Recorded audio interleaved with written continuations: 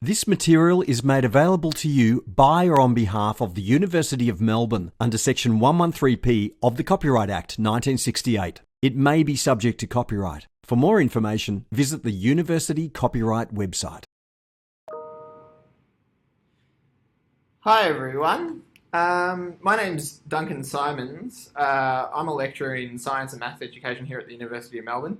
Normally I do have a lot more to do with you, both the ECP and the primary cohort, but early this year I was a bit sick, and so thankfully we were able to get Jen and Christina to fill in for me for the semester. So they're doing a fantastic job, so I'm very thankful to them. But I think the first thing that I'll do is I'll give you a little bit of a rundown about my background to introduce myself, and then I'll talk to you about what we're going to talk about in the following two lectures.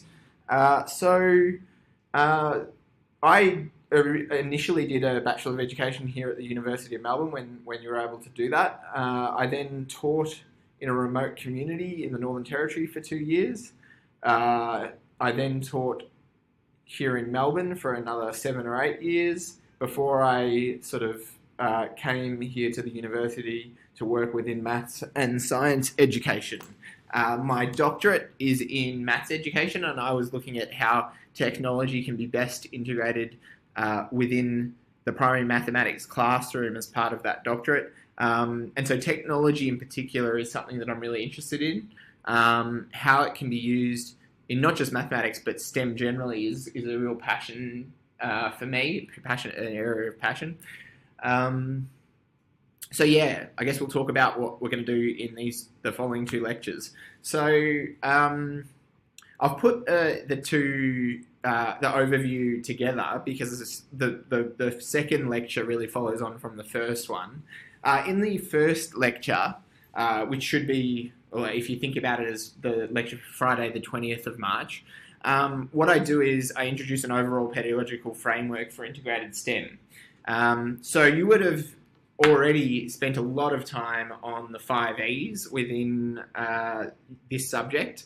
So you'd be aware that these 5 E's are pretty much used across the world as a pedagogical framework for primary science.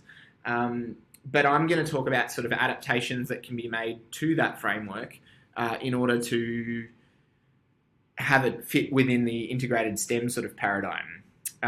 So I'll spend most of my time in the first section on that. We'll look at it through the lens of biological science. So when we're thinking about STEM, we're thinking about science, technology, engineering, and mathematics. In this case, we're thinking about biological science as sort of providing the narrative for the learning that will be taking place. Once I've kind of gone through the framework in a fair bit of depth, I will then move on to the second session of these lectures, which can be thought of as the lecture that would have taken place on Friday the 27th. And in that lecture, I'll be much more focused on the use of digital technologies within integrated STEM. So as I said, that's kind of the authentic use of technology within science and math education really is my sort of passion. It's my research area. So I will share with you a lecture that basically utilizes the framework that I've introduced in the previous lecture, but also suggests a number of principles by which we can best think about the use of digital technology within science and STEM education. As I said, we're going to look at integrated STEM through the lens of biological science. We're going to think about it specifically within the area of biomimicry and engineering in STEM. Just looking at the background, I wonder if anyone knows what sort of plants those are in the background of my slide at the moment. For those of you who are aware that yes, that's a pitcher plant, well done. Give yourself a pat on the back. Okay, so as I said, we're going to use the same pedagogical framework that you've been working your way through in science education throughout this whole semester, and that is the 5 E's. You can see here that this is a current document that we have here from the Victorian Department of Education. So the 5 E's, although it's a fairly old pedagogical framework from 1997 created by Roger Bybee, it's still relevant today. It's still the pedagogical model that the Department of Education wants you to be using. So it's absolutely current. It's absolutely up to date. So I might just take you through my interpretation of the 5 E's first of all, and then I'll talk to you about how we can think about the 5 E's within integrated STEM. As the first E, as you're probably all aware, is the engage phase. And for me, there's 2 key elements to the engage phase. The first one is that it's about, well, as the name suggests, engaging the students. So making sure that the students are really curious and really interested in the topic that you'll be investigating. The other part of the engage phase, and it's equally important, if not more important than just having the students engaged, is using it as an opportunity for formative assessment. So whilst the students are sort of being introduced to the topic, listening very carefully to the sorts of responses and answers that they provide during discussions, so that you can get a really good insight into their current level of understanding of the scientific phenomenon that you're considering at that time. This can be done also with checklists and things like that, so that you can check off the sorts of things that the students do and don't know about the phenomenon that you're investigating, or it can be done in a more casual sort of way. Other thing that I would note about the 5 E's that's really important is that despite the fact that it's often represented in a linear or sort of cyclical manner, it doesn't happen in that nice, neat sort of fashion.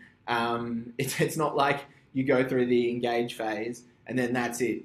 After that, there shall be no engaging lessons after that point. No, obviously, the entire 5E process, the entire lesson sequence that you produce with this framework should be highly engaging. And the other thing is that you will always be engaging in formative assessment throughout each of the 5 stages. We look at the 5th E, which is evaluate, and that's something that you'll be doing throughout the entire process as well. But I'll continue to sort of just go through it in terms of each of the E's. After engaging the students in whatever the topic is, the next thing that you will do is have your students explore the scientific phenomenon. So you've probably done a lot of exploration of scientific phenomena in your workshops, I would imagine. So I believe that you spent a long time exploring the phenomenon of surface tension, where you dropped droplets of water onto coins and observed a convex meniscus taking form. You would have also seen what effect adding detergent has to the surface tension. And through doing all of those experiences, what you're aiming to do is make the invisible visible. So when you sprinkle some pepper or some talcum powder on the surface, and then you drop a droplet of detergent into that bowl of water, as you see the concentric sort of circle that is made by the detergent sort of hitting the water, you're observing the surface tension being broken by the detergent. So we're always trying to make invisible forces and invisible phenomena visible if we can. So lots of different hands-on experiences occur in that explore phase, and that allows students to start to get an understanding of exactly how the scientific phenomenon that they're investigating is working, start to be able to formulate some hypotheses about what's actually occurring. Beyond the explore phase, we move to the explain phase. And I think it's important to note that when we're thinking about the explain phase of the 5E process, that we are not thinking necessarily about the teacher explaining the concepts to the students, but in fact, we're thinking about the students actually having a conversation with each other and the teacher to explain their newfound understanding of the scientific phenomena that they've come to through that previous explore phase of the process. Obviously, at that point, the teacher also has the ability to be able to sort of correct some alternate conceptions that may exist within the students, and that would be the point at which you would engage in that sort of work. So, the students are feeding back to you, the teacher, and discussing what they've observed, what they've hypothesized, and you as the facilitator are just sort of steering it in the right direction to ensure that they haven't formed, or at least they're reinterpreting their alternative conceptions. Moving on to the elaborate phase and the evaluate phases, and this is where I think we need to do the work if we're thinking about integrated STEM. So all of the three phases to this point, I think we would go through those as normal in a science sequence. But at this point, I think this is where we start to think about integrated STEM. So if this was a standalone science unit, you would have your students just looking at the scientific phenomenon and then thinking about situations beyond the constraints of the classroom where they could observe or develop a further understanding of the scientific phenomenon. So we're taking this concept that has been looked at sort of within the classroom in a lab-like situation, and we're thinking, all right, we've learnt about that. Let's broaden our thinking. Let's think about how this might be best conceived of in the world around us. And that'll make a bit more sense as I sort of move through the following slides. The final stage of the process, as I said, is the evaluate stage. Now, as I mentioned before, you're constantly going to be evaluating the students' thinking throughout the whole process, and you're constantly going to be engaged in formative assessment. Whenever most lessons that you'll do in science will be finished off with some sort of reflective discussion, and whenever that occurs, you'll be listening really, really carefully to ensure that the students are, on the right track, and you'll just be steering them and ensuring that they do have a developing understanding of the concept. But the evaluate stage is probably where you would engage in not just formative assessment, but summative assessment. At the start of the lesson unit, you would have been thinking about what are the main areas of science, technology, engineering, and mathematics that I want my students to really hone in on as part of this lesson sequence, that I really want them to gain a conceptual understanding of as part of this process. You may then create some sort of assessment matrix by which you can assess the students. So in that evaluate phase, they might present some sort of contextualized representation of their understanding of the focus phenomenon, which you can then mark according to your assessment matrix. And that matrix can be used in terms of summative assessment for things like reporting, and for you to ensure that the students have understood the big ideas that you were sort of hoping for them to understand. So you'll see that in my diagram here, I've added the little boxes with arrows that say investigate, design, produce, evaluate. So that's my methodology of basically taking the 5 E's and STEMifying the 5 E's. So IDPE is a well-known sort of framework or structure that is used often when we think about students engaging in the work of learning and understanding about design technologies. So firstly, the students will investigate some sort of technology. they'll then design their own version of it. They'll sit down and they'll create. They'll work really hard on their design. They'll then prototype that design in the production phase, and then it'll be evaluated. And normally, again, that sort of fits in with your evaluate phase of the 5Es. You know, they'll get up in front of the class. They'll say, "Hey, this is what I investigated. This was my design. This was my production, and here it is." I need to point out that this is like an iterative process. So generally, they won't be presenting until they've had the opportunity to actually iterate their prototype, because more often than not, the first go at developing and designing and producing their prototypes will not be entirely successful. So a really important part of this process is for them to look at what worked and what didn't work in terms of their prototype, and then iterate based on the feedback and the observations that they've made from that initial understanding. All of this will make more sense as I go through the following slides, because I sort of will take you through an example of how we integrate the 5Es with the IDPE process as a pedagogical framework for integrated STEM. Just a couple of quotes here that I think are really quite nice when I think about design technologies.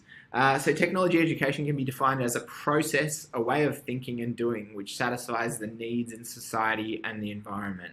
So yeah, we're really focusing on the process that students go through when we're thinking about design technologies. We're thinking about them understanding that they need to go through this really quite structured process. So we first investigate the technology, we then design based on that investigation, we produce, and then we engineer. Science and design technology dovetail together to provide a richer learning experience for students. So yeah, in this first lecture, we're going to be looking at incorporating seemingly difficult context into pedagogical engineering design frameworks. So often you wouldn't associate things like biological science with STEM. Certainly most people, when they're thinking about STEM, the first thing that they go to is the physical sciences, because they think of things like marble runs and maybe getting land yachts and things that involve forces, push, pull, all of those sorts of things. Because, I mean, clearly it's pretty easy to design and redesign prototypes that are based on those physical sciences. We're going to use the 5Es as a basis for engineering design work, and we're going to think about how biomimicry can be used as a narrative within the integration of biological science within STEM. As I mentioned before, IDPE is going to be considered as the most basic of engineering design frameworks. We're going to connect, as I said before, biological science with engineering design. We'll move from the macro, where we're thinking about habitats and biodiversity, through to we're getting smaller and smaller and thinking about the experiences that you've all undertaken at the UniMelb System Garden as a local rainforest habitat. And then we're going to think about carnivorous plants as a stimulus for a unit of inquiry. So, biodiversity. I'm sure a lot of you looked at this as part of your first assignment, but for those of you who didn't, here's a bit of a definition: the variety of plant and animal life in the world or in a particular habitat. So what I'm going to do is, in a moment, I'm going to show you a slide with 4 different habitats. When I do that, I'm going to give you just a little bit of thinking time to look at the different habitats. Firstly, attempt to identify what each of the habitats that I'm displaying are. And then once you've identified those habitats, I want you to think about the sorts of plants and animals that would likely be found in each of the habitats that I'm displaying. The most important part then is to think about, all right, we've thought about what the sorts of plants and animals that would be found in those habitats. Let's now think about what adaptations those plants and animals have made in order to be able to not just survive, but to be able to live happily within the habitats to which they belong. So, here are the 4 habitats I was talking about. I'm going to give you, I'm just looking at my watch, I'm going to give you about 5 minutes now to think about each of the different habitats displayed there. Try to label each one of them. So think on a piece of paper or in your head, think about what each of the habitats is. And then once you've done that, think about the sorts of plants and animals that might live in each environment and how they have adapted to that environment. All right, I'm just going to sit here and wait for 5 minutes while you do that.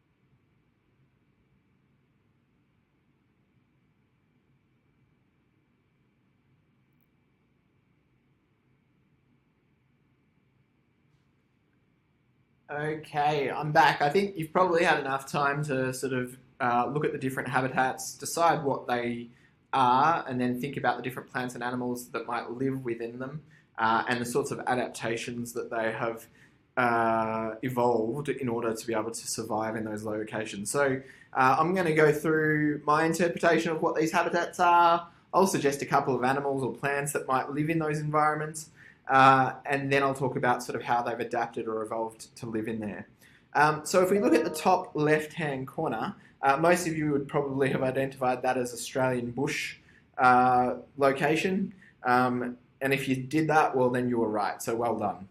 You can see that there are eucalypt trees that are all through, that are sort of covering that whole image. So eucalypt trees themselves would have a bunch of different adaptations that they have made to live in the hot, dry environment here in Australia. They tend to have long, slender leaves, which are quite tough. So that because they're long and slender and they don't have the full face of them facing the sun, often they will not lose as much water through transpiration. That's a really helpful adaptation.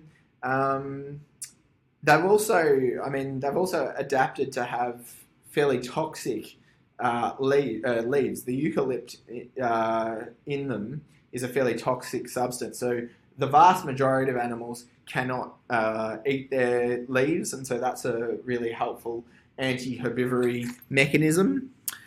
But then if we think about sort of these sorts of animals that might live in the Australian bush, the koala is a really good example of an animal that's adapted very well to this sort of habitat because it has nice sharp claws by which it is able to climb the trunk of these trees.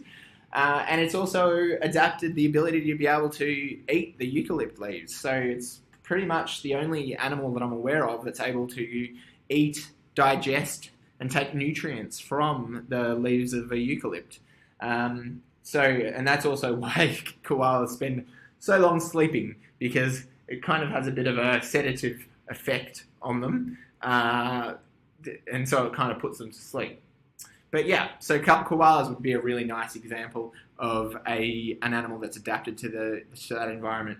One other animal that you'd commonly find in that sort of environment is the kangaroo, whether it be a red kangaroo or an eastern grey.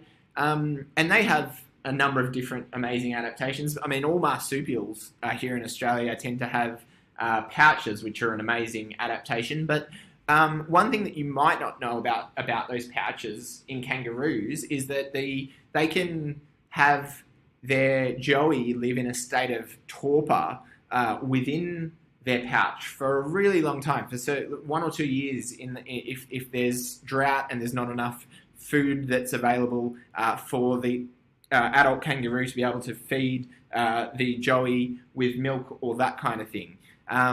So yeah, the fact that baby can kind of just go to sleep for a year or two when conditions are really tough is another example of a really interesting adaptation that Australian animals have made to living in the Australian bush environment. Okay, moving to the next image to the right of the Australian bushland image, that would be a tropical rainforest situation. And if you look at the tree that's towards the right of the image, you can see big buttress roots. So that's an adaptation that trees in tropical rainforests often make in order to give themselves stability so that they don't end up falling over. So they have these big, vast buttress roots that enable them to cover a lot more of the surface area and therefore give them a lot more stability so that they don't fall over. And I'm just thinking about the all of your trips to the system garden earlier this year, and I'm thinking about some of the plants that would exist in there that could be examples of really of adaptation and evolution. And one thing that came to my mind is I wonder whether Tim showed you the Davidson's plum that they have there in the rainforest in the system garden. So the interesting thing about the Davidson plum is that the fruit actually grows on the trunk of the tree, and then I think it also has a whole bunch of spines and things like that, sort of on its branches. So this is very deliberate well, I guess it's not deliberate, but this is a mechanism that it has evolved to ensure that the only animal that really is able to get to its fruit are the cassowaries. And the reason that that it is beneficial for the Davidson's plum to have its fruit eaten by the cassowaries is because it obviously the cassowary will peck the plums off the trunk of the tree, and we call that caliphary, by the way. It'll peck the plums off, it'll consume them, digest them, and then it'll scatter around their seeds so that new examples of the tree can grow elsewhere. Moving to the right, I think we have a temperate forest there. There are lots of examples of animals or plants that might live in a temperate forest. I'm just going to go with a really basic one. If we think about bears, especially in the northern hemisphere, they've adapted to the living through winters, which are really, really cold, by going into hibernation. So they might find themselves a hollow or dig themselves in a hollow where they can sort of sleep through the winter in the cold, awful months, wake up again, and then sort of live out there in the open and be able to do their hunting and everything like that when the weather is a bit finer. Moving down to the final image, that's a desert. Clearly, it doesn't look like an Australian desert because we don't actually have any cacti here in Australia. But if we think about the cacti that are present there in the image, you would all be aware that cacti are covered in spines, and they're really the leaves of the plant. They've adapted those thin needle-like leaves again as a mechanism to prevent transpiration because the trees need the water to live, and so they try to prevent the evaporation through the leaves happening through creating these needle-like leaves. Within those environments, you tend to see a large number of reptiles. There's a great biodiversity of reptiles in certainly in Australian deserts. And the reason that reptiles do well in those sorts of locations is because they're obviously cold-blooded, and so they benefit from lying out in the open, absorbing the heat from the sun, and then they're able to survive quite well. Other animals, there are things like fennec foxes, bilbies that have large ears, and those ears are used probably not just for hearing, but also to help them to to lose some of the heat. Heat escapes through their ears, through the blood vessels and everything like that, through their large ears. So, I wonder if any of you came up with the same sorts of suggestions that I came up with. All right. So, I just wanted to point out, I'm not going to... the link down below, and you can have a look at that in your own time. So if you pause it now and you type that into a URL, you'll be able to explore the System Garden rainforest in 3D. Just pointing out to you that we do have that local rainforest habitat here at the University of Melbourne. Tim's a really fantastic source of information from that, and it can be used as a wonderful resource for school groups to come into to learn all about adaptation and evolution and everything like that. Okay, we are now going to move on to how we might think about biology, and in particular biomimicry within biology, to sort of frame an integrated STEM unit. So we have a definition here. Biomimicry is the imitation of the models, systems, and elements of nature for the purpose of solving complex human problems. Biomimicry is an approach to innovation that seeks sustainable solutions to human challenges by emulating nature's time-tested patterns and strategies. So if we think about these definitions, often or not often, but sometimes biomimicry is used by engineers when engineers are looking to design a solution to a problem that they have. And so if we're thinking about STEM, certainly this brings in the E within STEM. Okay, so examples of biomimicry throughout history. So I'm sure some of you have seen these diagrams or images before. This is an ornithopter, which was a 3D concept that was created by Leonardo da Vinci many, many years ago. So that's evidence that for a very long time, engineers and scientists have been inspired by nature. You can see that the ornithopter's wings very closely resemble those of a bat. Some examples of biomimicry-inspired technology. So here's a close-up shot you can see of Murdoch burrs with minute hooks which attach seeds to fur of passing animals. I want you to think about how we as humans have used this in engineering design thinking. So try to think about the dog that's next door to the Murdoch burrs and think about what adaptations do we mimic in a type of technology that we have engineered to help us. I'll give you a few seconds. You can see those Murdoch burrs on the ear of the golden retriever there.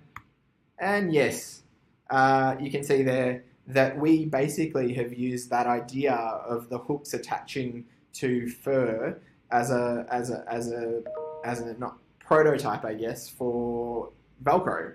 That's how Velcro was sort of invented.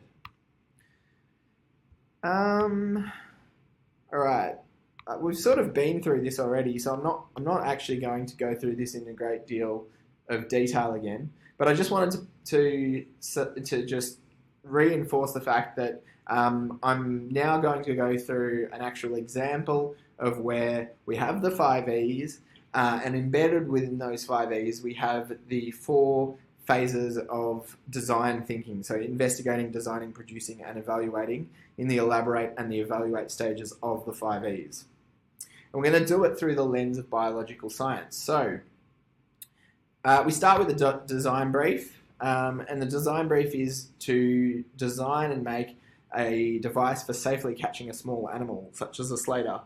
A suitable container to house the animal until the students are finished with it, so that the animal can be returned safe and sound to its original habitat.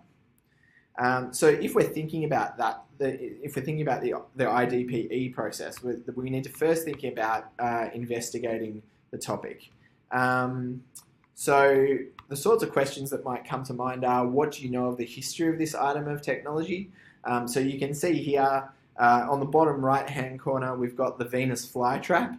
A lot of you would be aware of that toy that a lot of you would have grown up with. That's a very basic sort of model of that we were aware of catching that would help us to catch insects. And then we sort of move around the pictures in an anti-clockwise manner. You can see that the models become a little more and more sophisticated until we get down to the model that includes a host odor attractant. It has a CO2 bottle, a thermal lure, so it heats up so that the insects are attracted to the heat. There's a pitfall trap, so they fall off the thermal lure and into the trap. There's a climbing surface made there available, and the whole thing is powered as well. So yeah, we're thinking about different materials that have been used to construct this technology. How has it changed and improved over time? And can we use on nature? Can we draw on nature as inspiration for the item? Okay, and that brings us to thinking about looking to nature as to help us to design a trap for our small animals or insects. So that's good. So we're going to have a chat about carnivorous plants and using them as a sort of a basis for this sort of work.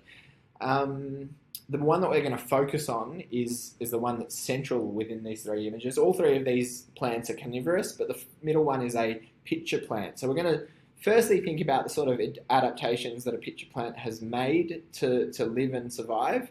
And then we're going to think about how we could use its adaptations as a basis for our design of a trap. So here is you can see the figure here on the right hand side. It is taken from a paper, a journal article from 2008 entitled "Fatal Attraction: Carnivorous Plants Roll Out the Red Carpet to Lure Insects." In that article, you can see that where pitcher plants have a red lip around their lid, it attracts many more insects, and so the number of insects captured by pitcher plants with a red rim is much higher than the amount of insects that the pitcher plant captures if it's only green. Apart from coloration, there are a number of other adaptations that pitcher plants have evolved in order to be able to catch insects. So the first one is they lure insects with sweet-smelling nectar. So the insects can smell that and they are attracted to it. The lid over the top of the pitcher keeps the rain out, and this is important because inside the pitcher is some fluid which is acidic, and the reason it's acidic is to dissolve, to digest the insects or small animals that land in the pitcher. If the lid wasn't there when it rained, the water would become diluted, and it would not be able. The plant would not be able to digest the contents of its pitcher. The rim is also slippery, so once a small animal or insect lands on the rim, it slides in. The liquid inside is also tacky, it's really sticky, so once it lands in there, it can't get out. It's also got a waxy inner surface, which also prevents the insects from climbing out. They can try, but they just end up slipping back in.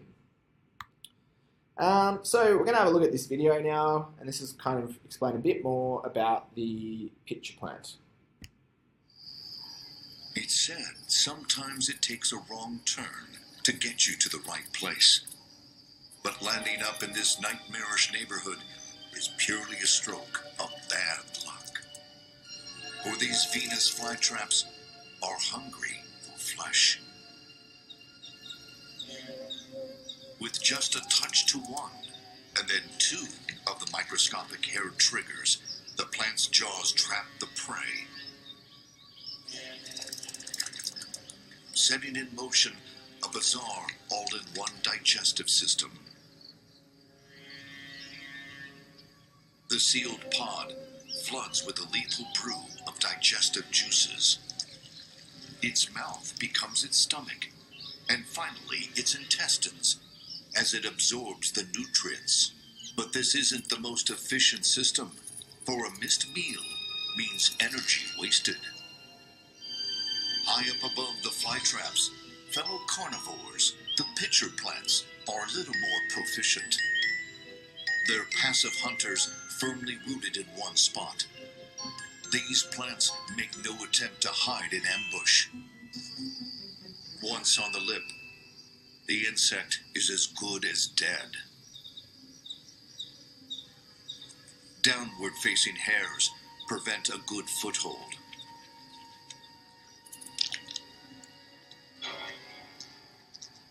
The toxic nectar drugs them.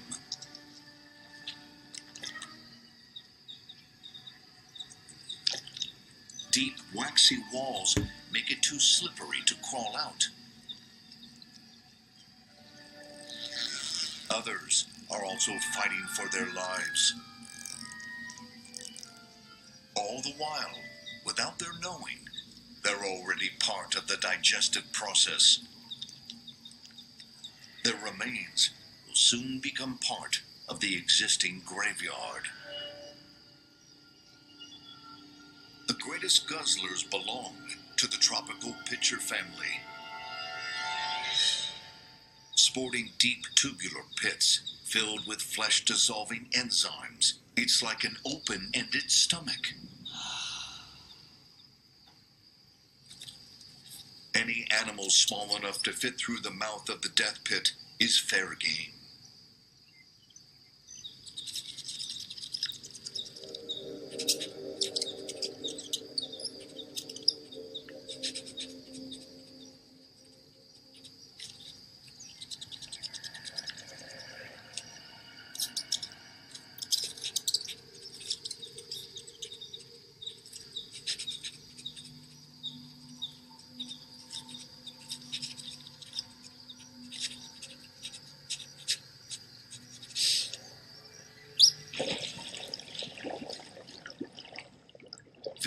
die by drowning, while their flesh slowly dissolves.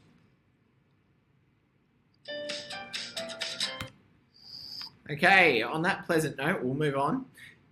So we're going to use the pitch plan as to help us to move through the IDPE process. We've investigated sort of picture plants and what they are and how we might be able to use them for inspiration for our prototype or our design. So now we need to focus students on aspects of useful design. So the students need to brainstorm aspects such as safety. They also need to think about, when working with animals, how do they make sure that they treat the animals in an ethical way? Because we do want to return them back to the playground or wherever it is that they are. We don't want them dying whilst we're working with them. Students think about the structure of their models whilst drawing and designing. They need to make choices about how big, how high, how long their prototype will be. And there's lots of opportunities there to integrate mathematics or measurement there, which is lovely. They'll need to think about sort of some engineering constraints. So how will I make the joins? What materials will I have chosen to support this? If we're thinking about engineers always are under many different constraints. So their constraints might be to do with the type and the cost of materials. You might choose to cost the materials that the students have access to. So not only are they to make these prototype bug catchers, but they also need to stick to a particular budget. The materials they require and the quantities that they should be listed on their design brief. It's really important for students when they're creating their designs to take pride in their design. And I think if a student is really successful when they're in the process of designing their prototype, it should mirror very closely the prototype that is then produced in the production phase. Production phase, students produce what they designed.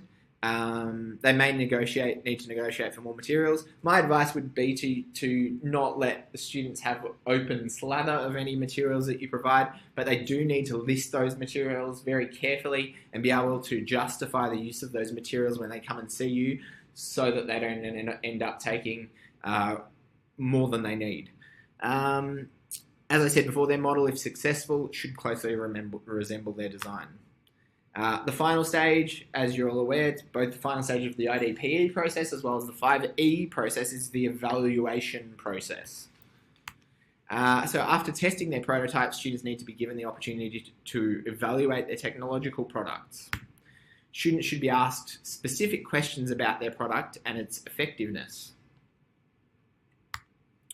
The results can be presented orally or through the use of a digital presentation, much like the presentation that you created for your first assignments.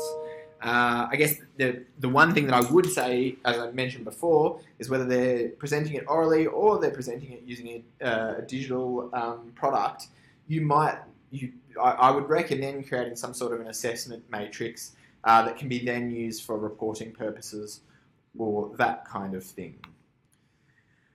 Such presentations provide students with the opportunity to share their knowledge with their peers, teachers and parents and receive feedback. So yeah, I mean, when they're presenting these things, they can present it to, you could bring their parents in and they could present it to parents. They could perhaps present it to an assembly.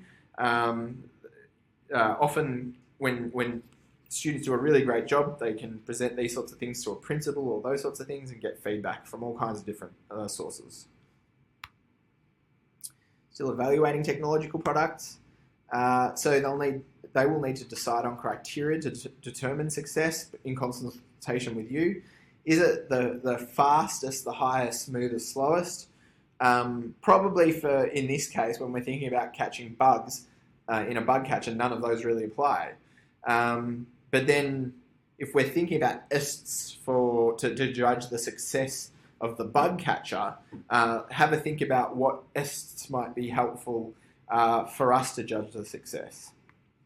So safest might be one that we think about. So is the bug catcher likely to allow the insect or small animal that we've caught to remain safe and sound? Comfiest, is it a comfy environment for your insect or your small animal.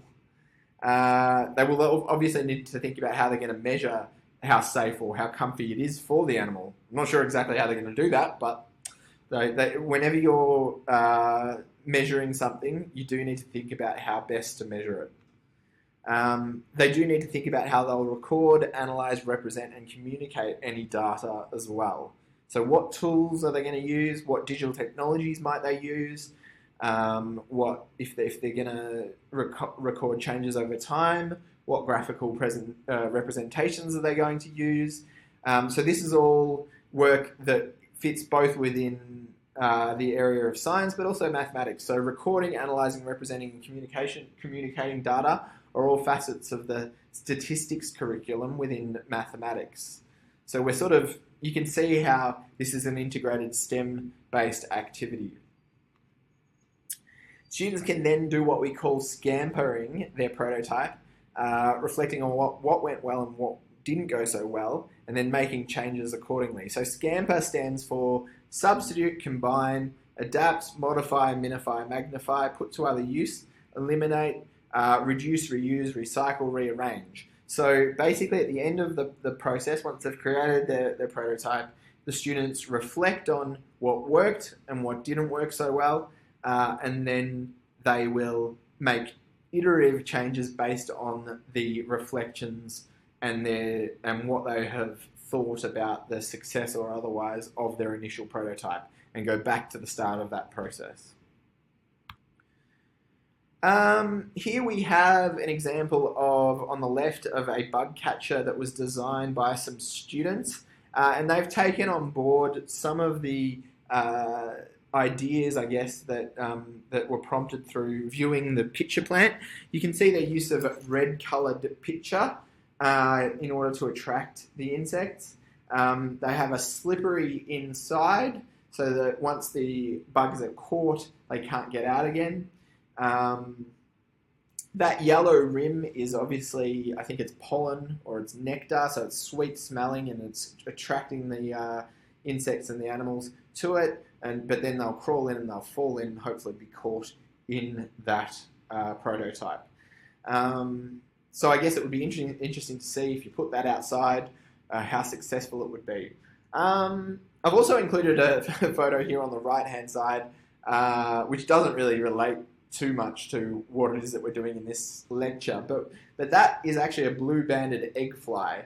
And the reason I've shown it here is because I regularly wander through the system garden, and one day when I was wandering through the system garden, I found this little butterfly landed on my sheet of paper, and I took a photo of it. The reason I took a photo of it is because these particular types of butterflies are only found in far northern Australia or even Papua New Guinea. So I was wondering, why on earth is this little visitor coming to the system garden?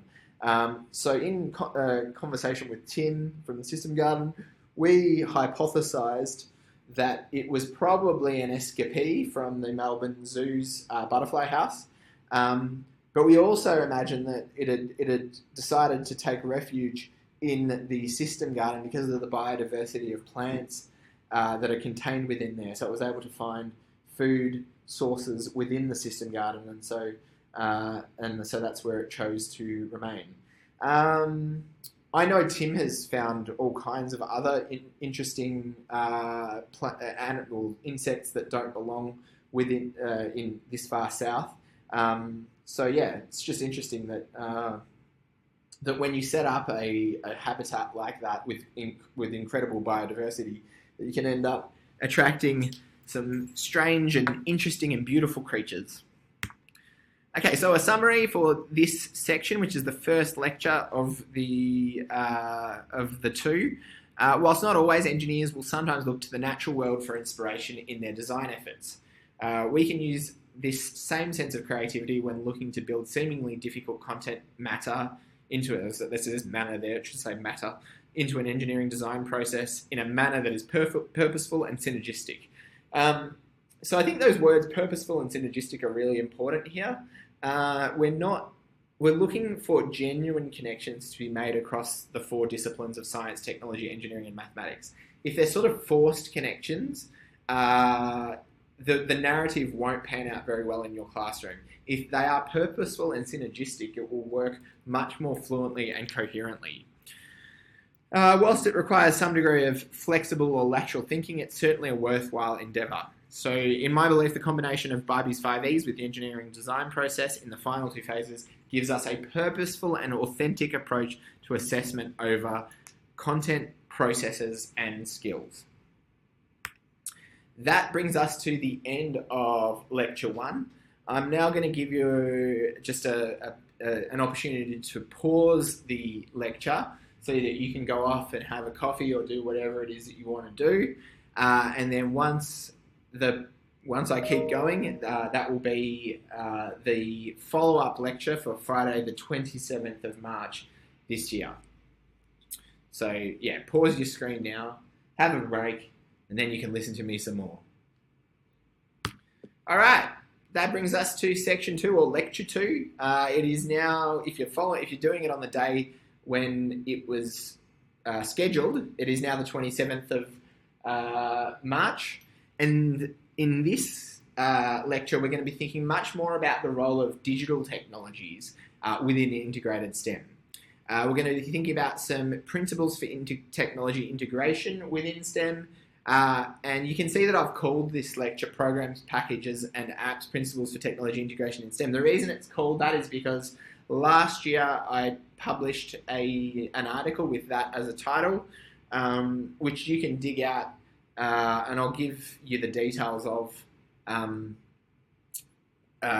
if you want to know more about what I talk about in this lecture today. So it was published in the Australian Primary Mathematics Classroom Journal. So if you want to find that article, that's where you need to go. So I would just search within that journal, and if you go to journals published in 2019, it shouldn't be too hard to find.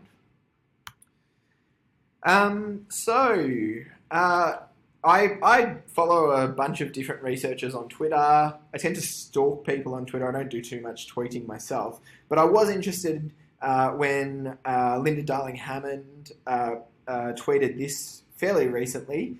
And it fits in well with this talk that I'm about to go through. So the fear of new technologies is as old as Socrates, who railed against books. It continues in heated debates about the role of tech in the classroom. Our debate should get past if we need them and address how to use them well. That's absolutely my position about digital technologies. We're way past the question of whether or not they have a place within the classroom. They do have a place within the classroom, but it's our responsibility to work out what is the best pedagogical use of digital technologies that we can make when integrating them in this case within integrated STEM. As I said before, this presentation is based on a paper printed it says this year, but it was actually last year in Australian Primary Mathematics Classroom. In that paper, there were 5 principles for technology integration in primary and early childhood mathematics that were presented, but those principles really fit more broadly within integrated STEM. So initially, a broad context introduction will be provided, and then the presentation will be structured according to those 5 principles. So they are: access the affordances of Web 2.0, ensure an equitable approach to technology integration, invest in professional learning, not just techno-gadgets, offset procedural fluency with deeper conceptually driven learning, and use interactive devices interactively. So you can see that I've very cleverly started off each of the different principles with the 5 vowels that we have in the English language, A, E, I, O, U, to try and help you remembering these 5 principles for authentic technology integration within your STEM and maths and science classrooms. So I started thinking about the issue of technology in primary mathematics quite some time ago. As I mentioned before, I was really interested in it, and it was something that gathered enough of my interest so that I ended up writing a whole doctoral thesis about good use of technology, authentic technology within the primary maths classroom. So I often observed mathematics teaching occurring in rotations, that often included what we kind of see that's represented in this photo here. In this photo here, where we have a teacher engaged in an explicit teaching group. So they might be teaching some sort of explicit area of number, maybe something to do with place value or counting or whatever it might be. We then over here have a computer group. Often those computer groups would be doing some sort of skill and drill based game where they sort of just mash the keyboard and work their way through some sort of procedurally based game. You might have two other groups that you can't see in that photo that are completing some sort of worksheet that's related to the theme for maths that day. There might also be a dice game in one of the other groups. So often these groups kind of occur under the name of differentiation. The worksheets might be altered in some way to reflect the student's understanding of the particular maths that's being investigated. Maybe even the games that the students play might be different depending on their level of expertise. But my experience was that technology and primary mathematics in particular is approached in a very superficial way. So my argument would be that really what's happening in those rotations is one group is really moving beyond their current level of understanding and in the mathematics area that they're focused on, and that is the explicit teacher group. So yes, the teacher will be pushing the students to go beyond their current level of conceptual understanding in that group, but the rest are all just filling in time, for want of a better word. So, as I said, generally technology, computers, in my view, are often used at best to drill mathematical fluency and at worst as a babysitter. So the focus that I'm going to be really honing in on is the computer group out of those different rotations in this talk. When I just Googled maths games, these were the first games that came up in terms of maths games. So we have Tommy Trek times tables, Maths Road Hopper, and we're going to have a bit of a look at these maths games and work out how meaningful they might be. But before we do that, I'm just going to refer you to this piece of research that occurred about what the computer group normally does in primary mathematics. And you can see that, so this research was conducted by Lorraine Day back in 2013. And she looked at the way that technology was being used in primary mathematics. And as you can see there, by far and away, the most common way that technology was being used was through use of the internet. And having read the article, she described the use of the internet as constituting sort of Java-based applet games, so drilling multiplication facts, that kind of thing. The next most common use was the use of interactive whiteboards and their software.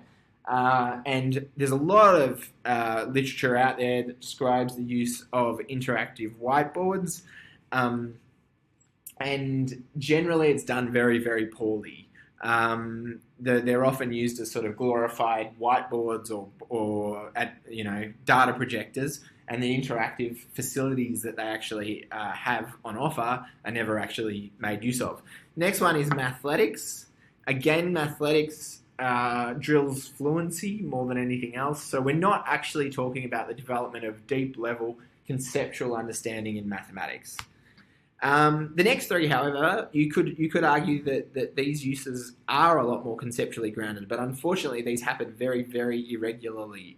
So one is the use of spreadsheets. So students might create a digital artifact to provide evidence for their mathematical thinking within mathematical problem solving based on the spreadsheets that they produce. The next one is the use of virtual manipulatives. So just like the sorts of manipulatives that you would be using in the classroom, so we're thinking about concrete materials like MAB, like counters, things like that. Virtual manipulatives are designed to give students a conceptual grounding in whatever area of mathematics they might be looking at. Really good source for those virtual manipulatives would be the National Library of Virtual Manipulatives. So if you choose to, you could Google that after this talk and have a look at some of the virtual manipulatives that are contained on there and think about how they might be used within your classroom. And the final one is the Maths 300 software that it's getting pretty old now. Actually, it's getting very old, and it sort of goes along with the investigations that are included on the Maths 300 website. And it includes some sort of simulations and things like that, which in their time were supposed to develop conceptual understanding, but unfortunately it hasn't been updated for a very long time, and so it's sort of aesthetically, it doesn't really look like something that kids would really want to engage with. I don't even know if today's computers are able to run that particular software. But yeah, so just sort of summarizing, there's no reason to think that since 2013, computers or digital technologies have started to be used in a more authentic manner that really develops conceptual understanding. What we're really looking for is for students to be able to develop more than just fluency, if we're thinking about the 4 proficiencies in mathematics. What we're looking for them to be doing is developing problem solving and reasoning within their use of technologies in primary mathematics. So as I mentioned before, I'm going to show you the 2 most commonly observed games that are played if we just Google math games.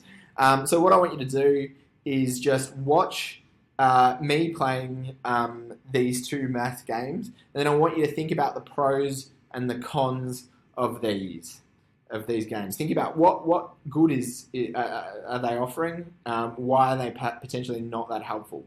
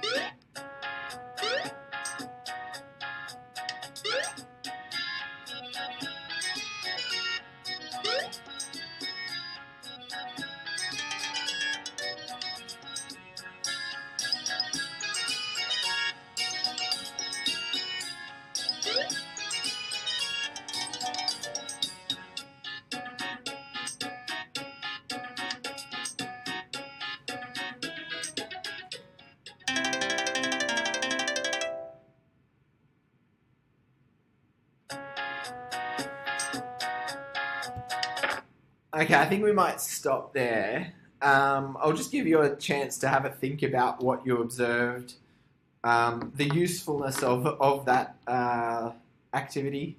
Oh, I've just noticed they've misspelt sound effects as well. But anyway, yeah, I think as you all would have kind of observed from watching that, that sort of game has very, very, very limited sort of benefit. The only thing that you could possibly say that it's maybe doing is helping students to develop some level of fluency associated with their multiplication facts, but it's certainly not providing them any strategies to work out their multiplication facts. It's not involving the deep level conceptual understanding. So there's no problem solving being developed. There's no reasoning being developed. So let's have a look at the second example now.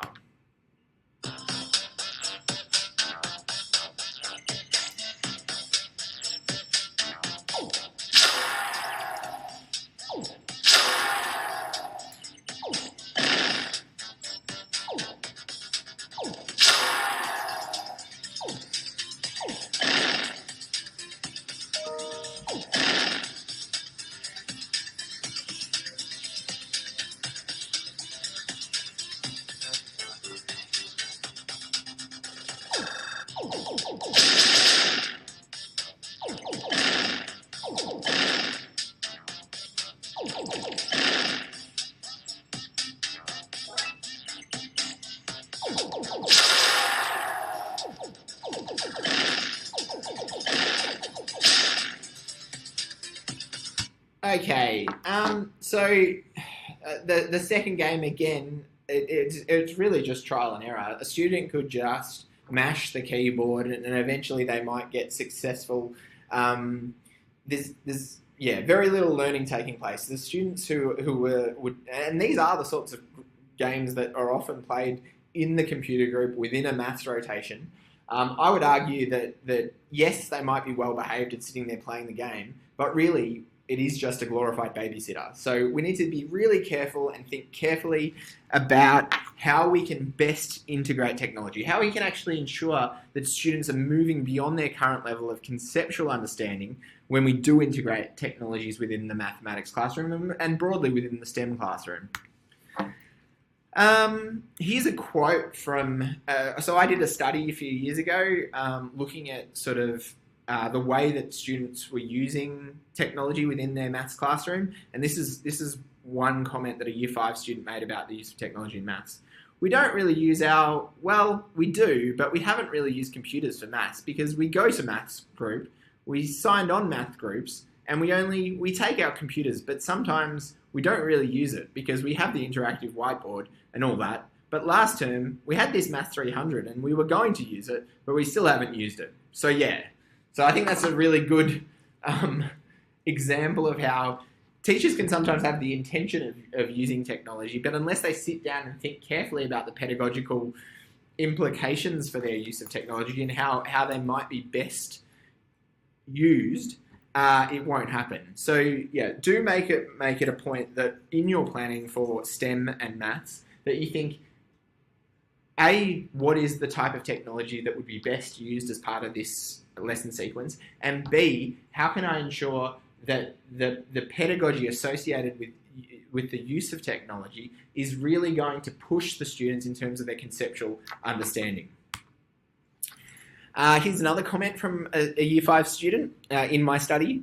The multiplication games are more of like games, but they don't really teach you anything because all you just do is just click, click, click with the games, with the typing ones, and not really anything because you're just 7, enter. So this student is obviously, again, demonstrating that he's even aware that there's no thought that goes into completing these games or working through these games. It's purely just about keeping them busy. And the kids are probably quite happy to do that, but my argument is that time is so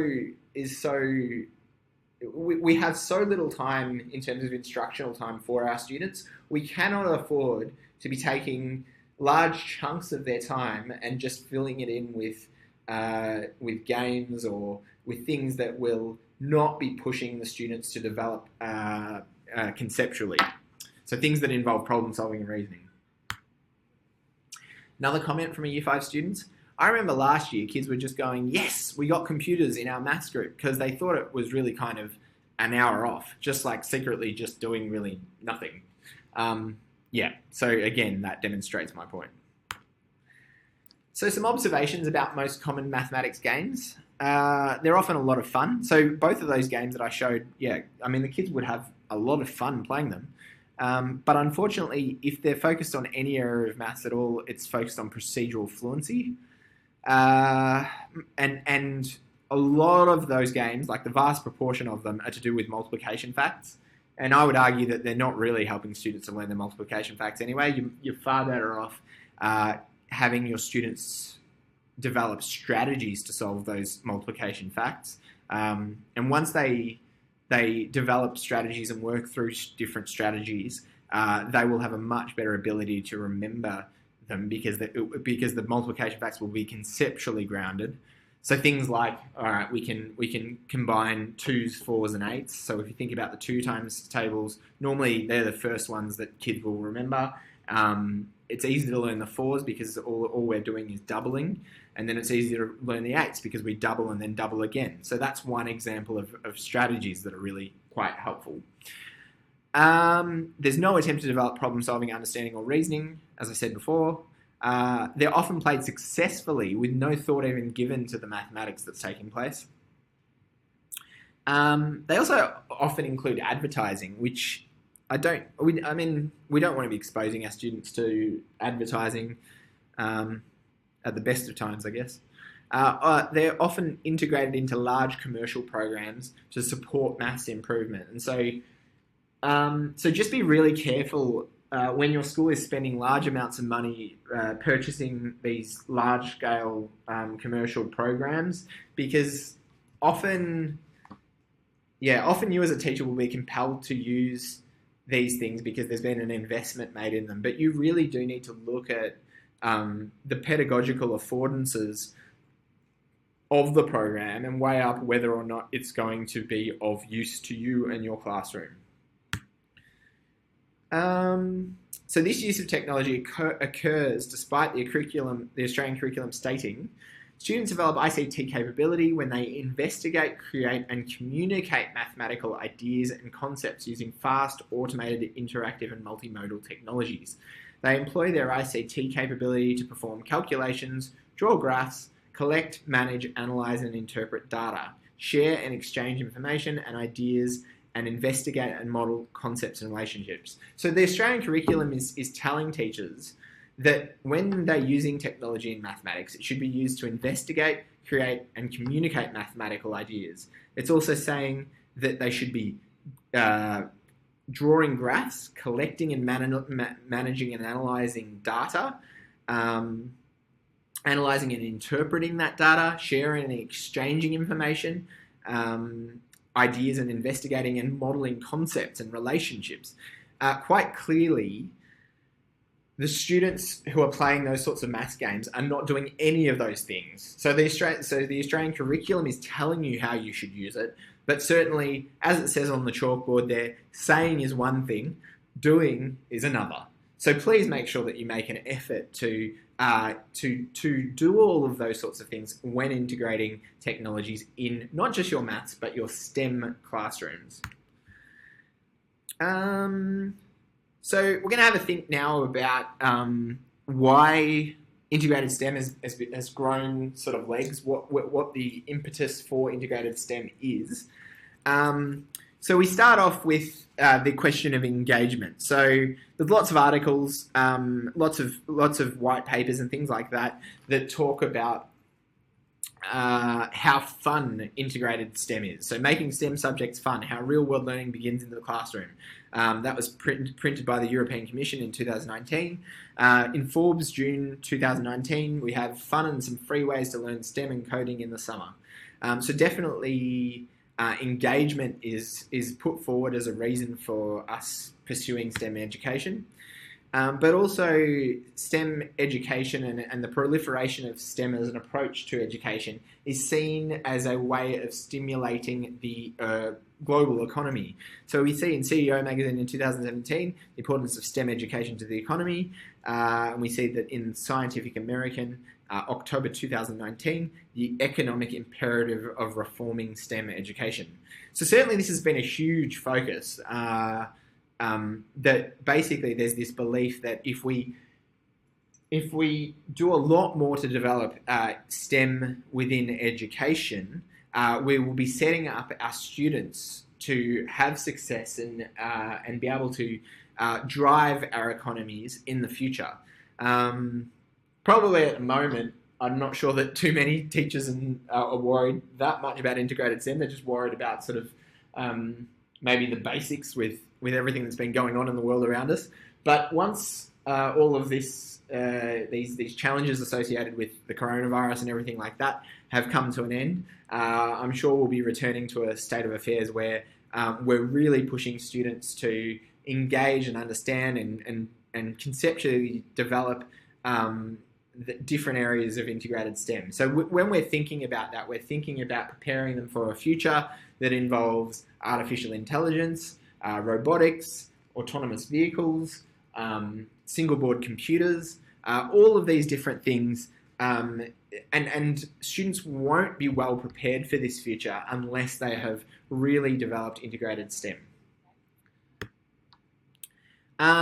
So as I've said here, we're currently progressing through what has become known as the Fourth Industrial Revolution. So that involves, amongst other things, the proliferation of artificial intelligence, robotics, Internet of Things, or Web 3.0, This dramatic shift in the way we live our lives requires a really dramatic shift in the way we approach pedagogy, teaching and learning. So instead of approaching pedagogy by drilling fluency, we need to be thinking about it much more conceptually.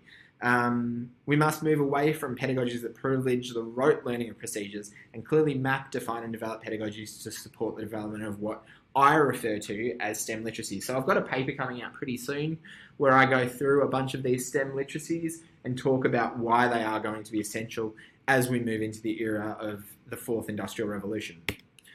So you might question, are our lives actually really changing that dramatically? And my argument would be yes. And more than ever before, for example, statistical literacy and understanding data is becoming absolutely essential in terms of the way we live our lives. So I've got two different apps that I've displayed here, and they are representing, on the left you see 2 different days of my ride into work, and then on the right you see my heart rate and what actually happens across the ride into work to my heart rate. This is data that's commonplace in our society these days. The data on the left is actually my sleeping data, and on the right is my writing data. But yeah, we have access to all kinds of data now in our society that gives us information about things that we never had before. Just recently, I have an Apple Watch, and actually the Apple Watch is where a lot of this data comes from. But I wasn't feeling particularly well, and I didn't know why. Fortunately, I did get better quickly, and it was nothing serious. But at the time, my heart rate had increased, and due to the sickness that I'd sort of sustained. And after a period of time, my watch flashed up an emergency warning and said, your heart rate is significantly higher than it normally is when you are not doing any exercise. Consider going to the hospital. So I didn't go to the hospital. I just went to bed, and in the morning I was okay. But this is the sort of thing that this easy access to data can provide us. And as you can see here on the left of the screen, we've got data associated with my sleeping. You can see how over the course of an evening, my heart rate drops considerably as I sleep throughout the night. You can also see the amount of time spent in different phases of sleep. So you can see there are big blocks of REM sleep on the right-hand example, whereas there are a greater number of instances of REM sleep on the left-hand example, but they're not for the same duration of time. And you can see things like the fact that, my average heart rate overnight while I'm asleep was 53 beats per minute on one occasion and 48 beats per minute on the next occasion. If we then look at the graphs on the right-hand side, we get information about my cycle to work. So you can see that I averaged a speed of 27 kilometers per hour on my way to work. You can also see that according to the data that's been logged, my fitness has increased dramatically across the months from May to October and then November of last year. You can see how that generally there's a correlation between my level, my going up an ascent or going up in terms of elevation, and my heart rate. So the grey graph that's behind the red graph on the graph to the right of this sleep data shows, so the grey bit shows my elevation and the red bit shows my heart rate. You can see that when I'm going down steeply at the very beginning, my heart rate is very slow, and when I start going up hills, it increases. So there's lots of different things that you can sort of determine from that. All of this requires statistical literacy. All of it requires critical quantitative literacy. So an argument that I make is that as we move into the era of Industry 4.0, one thing that we need to consider is actually the place of statistics and probability within the curriculum. At the moment, if we look at the Australian curriculum, statistics and probability-based descriptors only make up something like 21% of the content descriptors within the Australian curriculum mathematics. So that means about 1/5 of the content descriptors within mathematics. Firstly, I would argue that that's not enough, and then secondly, I would argue that in reality, not even 1/5 of the time is often spent on statistics and probability. I'd say it's probably more like 90% on number, and then measurement, geometry, statistics, and probability would make up the remaining 10%. So with this in mind, as you can see here, this is just one example, but there is going to be an increasing need for our students to understand data and critical quantitative literacy. So that's something for us to think about. And it's an argument, in my view, for us to sort of make an alteration to the curriculum. And I would be pushing for a greater focus in those areas. So if we're thinking about STEM literacies, here's a list of what I consider to be STEM literacies. This is not an exhaustive list. There would be other things that would apply to this as well. But I think that these are the types of ways of thinking and big ideas that are going to become increasingly important as we move into the future. So scientific literacy, statistical thinking, as I was saying, algorithmic thinking, critical and creative thinking, collaboration, and problem solving. So from this point forward, I'm going to talk a little bit about algorithmic thinking, because this talk is focused around how best to integrate digital technologies within the curriculum. And when we're integrating digital technologies, if we're thinking about the fourth industrial revolution, we're certainly thinking about developing algorithmic thinking within our students, not just within mathematics, but also within the technologies curriculum. We also have I have a bit of a caveat here. So I'm not disregarding knowledge domains. So I still absolutely think that the content areas of number and algebra, statistics and probability, and measurement and geometry within maths are really important. I also think that the areas of biological science, physical science, earth and space science, and chemical science are really essential in science. However, what I would argue is that increasingly these ways of thinking and these types of STEM literacies are going to be more and more and more and more important and fundamental. Perhaps some of the content should be replaced with developing these STEM literacies. However, whatever the content, the approach that we take has to change. So we have to move away from these procedurally based approaches to approaches that privilege conceptually driven learning of the STEM areas. The order of these principles isn't significant in any way, other than it allowed me to begin them with each of the vowels. So we start with A and then we move to E and then I, O, U, because I thought I was being clever when I did that. So we're going to start off with the first principle. So access the affordances of Web 2.0. So I'm going to introduce to you one approach to accessing the affordances of Web 2.0, and that is by using online collaborative learning in mathematical problem solving. So in a study that I conducted, I had 2 classes, or 55 grade 5 students, placed in small mixed ability groups of 3 to 5. The interesting thing about these students was normally they were streamed, so there would be a top group, a middle group, and a bottom group.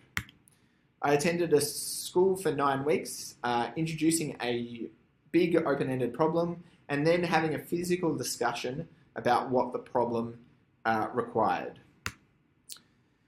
Students then solved the problems online in an asynchronous environment. It was an online message board. Students were provided no classroom-based support in the final 2 weeks. So for 7 weeks, they had a really good chat about the problem with me, and then they went home, discussed it with each other, wrote how they would solve it with each other, and then created digital artifacts to support their thinking and to give evidence of their thinking and their solutions to the problems. But in the last 2 weeks, I just thought I'd see what would happen without me giving them any support. There are lots of platforms that you can do this sort of work with. You could use Google Classroom, you can use Padlet, you could use Moodle, Swad, or potentially Explain Everything. Whatever you choose, you need to be able to clearly justify your choices. So whenever it's super important, and I think I've already made this very clear. Whatever you choose when you're integrating technology, you have to be able to argue why what you're doing is a pedagogically appropriate approach. And I think for a long time, teachers just sit their kids in front of these math games or whatever it is without the ability to be able to justify it. So in my study, I chose this particular platform. This one was Edmodo, and I chose it first of all because it was intuitive. Me sort of framing that sort of area in red was trying to show how intuitive it was. I'm not sure that I'm successfully doing that. But the one thing that was really good about Edmodo, it allowed for the creation of small groups within the larger group. It allowed for students to create and upload their artifacts that supported their thinking. And the students were somewhat familiar with Edmodo because they had done a little bit of work with Edmodo in their previous year. So here we have a problem, an example of a problem that the students encountered in the online space. So it starts with, it is sometimes said that each year a human lives is equivalent to 5 cat years. What does this mean? How old is your cat in human years? If you don't have one, pretend that you've got one. And so the students then kind of think about different animals. So they think about cats, dogs, camels, lorikeets, and think about the ratio of human to animal years for each of these different animals. And here we have an example of some discussion of that problem in the online space. So first of all, we've got some discussion between Olivia and Xander, and we see that they're trying to understand the problem first of all. So what does it mean by saying how old? Can someone help me? It means what age is your cat? We should also put more animals. And so Chris just out of nowhere says we should put other animals in, like elephants and giraffes. So you can see that sort of element of creativity comes in straight away. But Olivia, in a very sensible way says, yeah, but first we need to do what Mr. Simons asked us to do. So how about we do the cat one first? Let's discuss that one first. And then Olivia expresses the fact that she still doesn't get it, what it means by human years, and she asks for help. And so at that point we clarify the actual meaning of the problem. And Xander says, what do you mean? You just go up by 1. I'm confused. So what we should do, in my opinion, is for the cat, we could work it out with the strategies that Mr. Simon showed us, and like for the camel as well. And then we should put it all of them together. And then we have a potential solution. Xander suggests in camel years, he's 20 years old, and Olivia's the same, because I think that they're both 10 years old, and that they've worked out that camels live 2 years, humans live 2 years for every year that a camel lives, giving them the ratio of 2 to 1, giving them, 20 years in camel years. So Olivia says, I'm not really sure about this section, but soon I will be doing the cat years. And for the cat years, it goes up by 5s, yeah? She doesn't say up, but that's what she's sort of meaning. Olivia, so like 5, 10, 15, and so on. What does it need to go up to again? So we go through that process of firstly understanding the problem, clarifying what the problem's actually asking, and then providing a solution.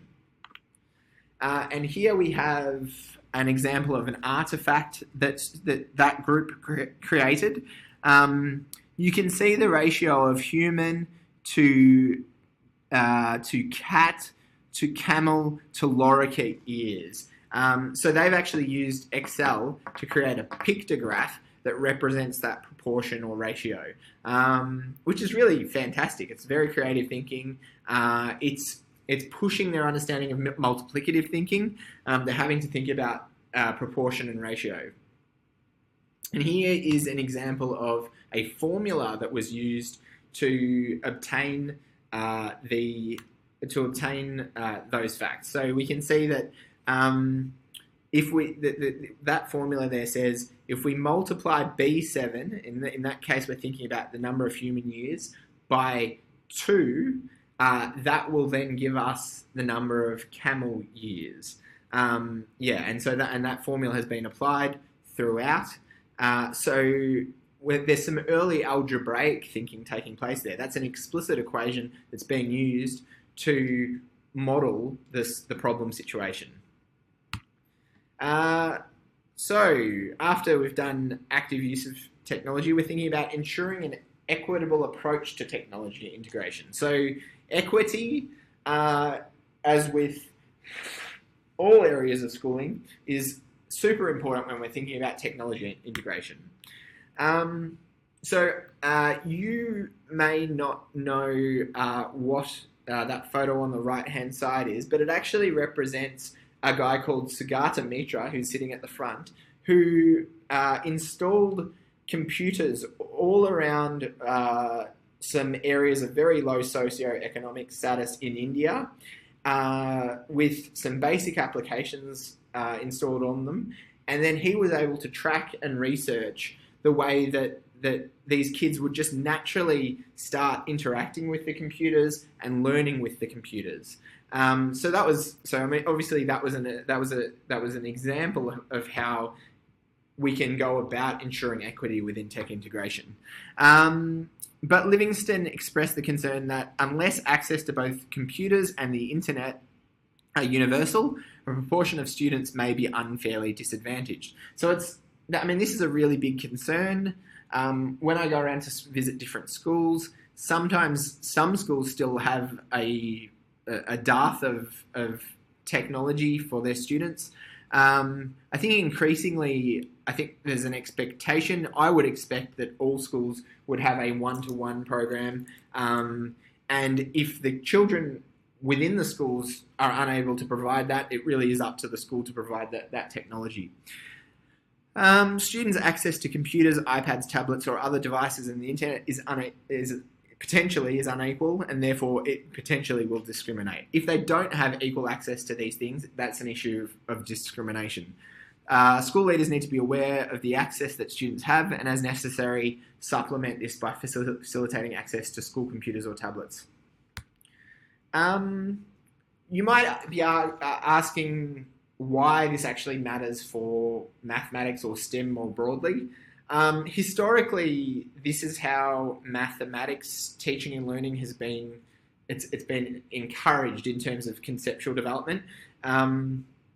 If your maths classroom is moving through the concrete representations, the abstract representations, and the pictorial representations of different mathematical or scientific phenomenon, then you're doing quite a good job.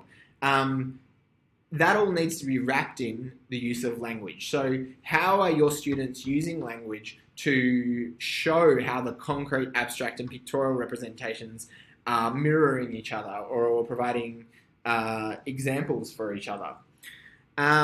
So all of that's well and good. However, my argument is that there should be a fourth part to this, which is digital technologies.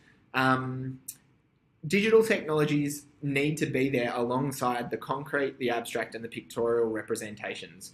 This should allow for interactivity in terms of representations, dynamic representations, and they're also very efficiently adaptable. So, if we look at the formulae that were included in the spreadsheet earlier on, we can easily change the variables around there to represent a different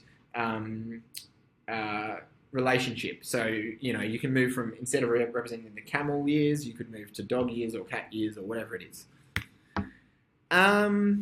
A question that will often come up when I say that all students need one-to-one or something like that is, how can we achieve this based on limited funding? So one solution that we can sort of that has only recently become available is the use of single board computers. So you might be asking, what is a single board computer? The most famous single board computer at the moment, the most well known, is something called a Raspberry Pi. So on the right of the screen here, we have an example of a Raspberry Pi. You can see that along the top edge of the Raspberry Pi, we have a bunch of pins. They're actually what we call general purpose input-output pins. So we can connect electronic components to those and then manipulate them with the code that we create on a computer, usually using either block-based coding or something like text-based coding, the most common of which now has become Python. The thing about single board computers is that they're credit card size. They're really, really small, but they do everything that a computer sort of a few years ago could do that was contained in a big desktop sort of situation. So they have all of the graphics processors built into them. They have sound processors built into them. They have outputs for a monitor, for keyboards and mice. They often have Wi-Fi built into them. They also have those pins that I was talking about before. So this credit card size device can be used as a computer, and they're very, very inexpensive. So for this is a Raspberry Pi 3 B Plus that's been demonstrated on the diagrams here. They cost something like $60 or $70. So really, they are quite inexpensive, although they do require an SD card to hold the operating system. And they also require, obviously, a monitor, keyboard, and mouse to connect to them, and then a source of power to be able to get them going. I think you might be getting to play with these. Oh, actually, your workshop's now online, so I'm not sure what sort of opportunity you'll get to play with these in class. But I'll have a talk to Jen and Christina about how we might give you opportunities to play with these in the future. So the mission of the Raspberry Pi Foundation, who are the creators of the single board computer, the Raspberry Pi Foundation is a UK-based charity that works to put the power of computing and digital making into the hands of people all over the world. We do this so that more people are able to harness the power of computing and digital technologies for work to solve problems that matter to them and to express them creatively. So it's all about achieving that goal of equity around being able to use and develop conceptually in terms of digital technologies. I think I've already been through that. What do you need to run a Raspberry Pi? A mouse, a keyboard, a monitor, HDMI cable, power, and an SD card. This is what the operating system looks like for a Raspberry Pi 3 B Plus. It is a Linux-based operating system, but it pretty much just runs. If you're familiar with Microsoft Windows, it's very similar to that. If you can use a Mac, you can probably pretty much use this as well. Here's an example of sort of contextualizing, I guess, a Raspberry Pi. So what I did was I created an artificial intelligence-based little machine based on the Raspberry Pi platform that utilizes the Google voice commands. And so you'll see how that works in a moment when the video plays. Okay, Google, what's the weather like today? Currently in Melbourne, it's 61 and cloudy. Today, it'll be cloudy with a forecast high of 73 and a low of 59. Okay, Google, what's the weather like in Freehold, New Jersey? Right now in Freehold Township, it's 63 and clear. The forecast tonight is 53 and clear. Okay, Google, what's the square root of 256? Square root 256 is 16. Okay, Google, what's the cubed root of 1024?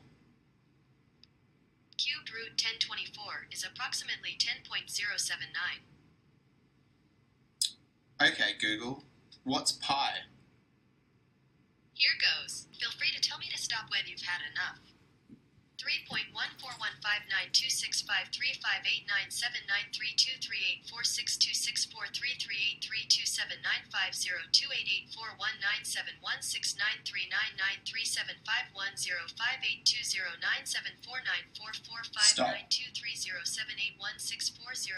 Okay, Google, stop. Okay, so you can see there, I've got a Raspberry Pi. I've attached to the general purpose input-output ports what's called a header. And that header is a microprocessor that allows me to access the Google Cloud. And then I've also got attached a button with an LED in there, as well as some speakers. And yeah, so I've made my own little Google Home, which is pretty cool. So that's obviously at the one end of the extremes in terms of what you might be able to achieve in your STEM classroom. But there's much simpler stuff that you can do in terms of coding and the development of algorithmic thinking as well. Hot off the press, before we move away from Raspberry Pis, so I showed you all of that. That was all done with a Raspberry Pi 3B+.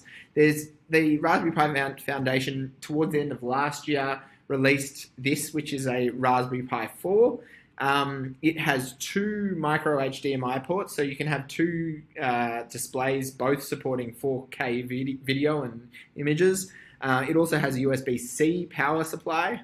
It's got a much more powerful processor, and you can have up to 4 gigabytes of onboard random access memory, which is pretty cool as well. So they are getting better and better every year. It's amazing what you can actually achieve with a credit card sized computer these days. They really are allowing you to do things that only a matter of a couple of years ago you needed a big desktop to do. Here's another example of something you can do based on a Raspberry Pi platform.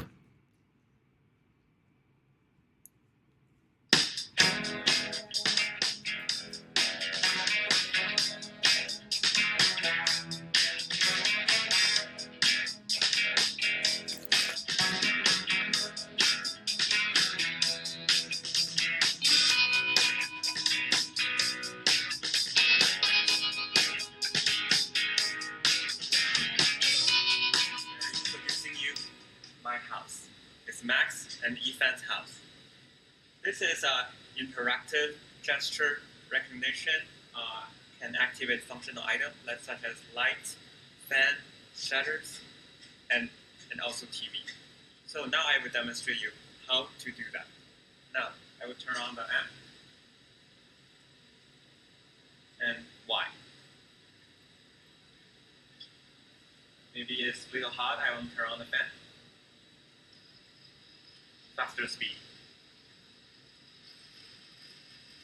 Now TV. Okay, shutter. Okay, all on. Now I'm leaving home, so I close everything.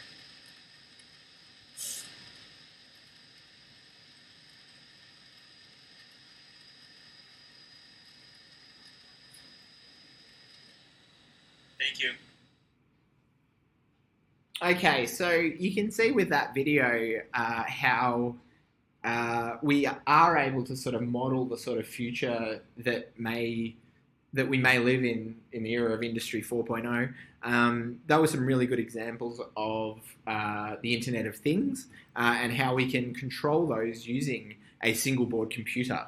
And again, like that was a really extreme example, but in your STEM classroom, it would not be difficult to have your students wire up a doll's house with some basic LEDs and batteries, thus showing how the flow of electrons can allow a circuit to light up a room or a house for that matter.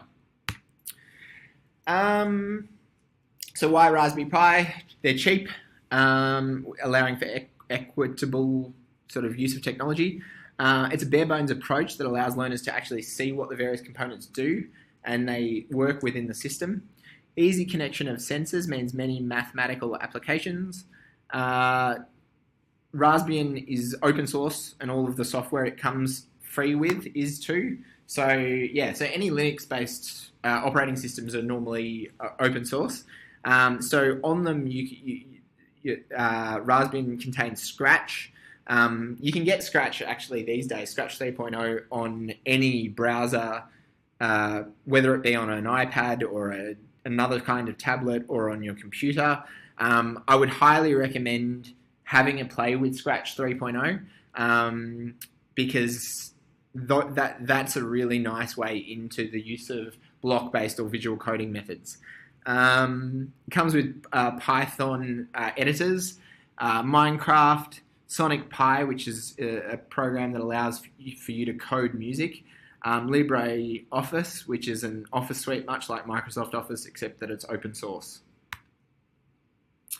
The other thing, as I mentioned before, the GPIO pins are really important, and GPIO pins mean the possibility of physical coding. This makes the following all possible: robotics, sensors and data loggers, which is really important. So, I mean, the thing, because they're so cheap and inexpensive, you could have a Raspberry Pi sitting there attached to a camera, and you could have it taking photos, maybe one in the morning and one at night for 2 weeks, of a seed germinating and then growing, and which would give you a beautiful time-lapse presentation. Whereas previously, you might need to have a mobile phone or something sitting there. No one wants to leave their mobile sitting there for 2 weeks.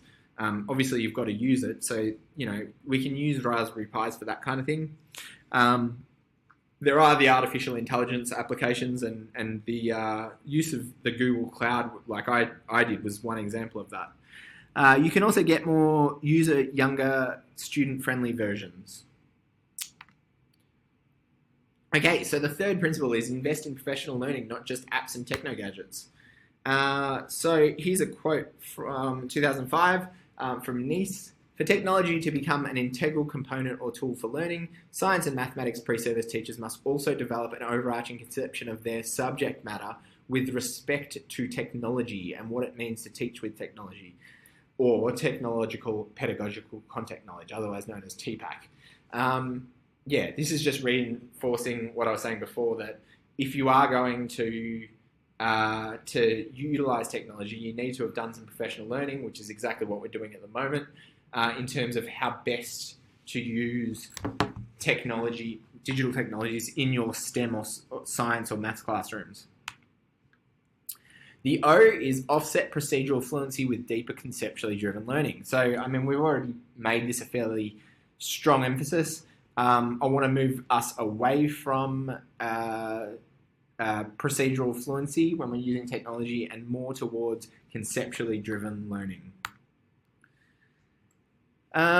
So ways that we can achieve that is by providing authentic contexts that reflect the way that knowledge will be used in real life, provide authentic or sort of real life contexts, activities, provide access to expert performances and the modelling of processes, support collaborative construction of knowledge. So if you remember the example of the students engaging in online problem solving, that was a collaborative construction of knowledge.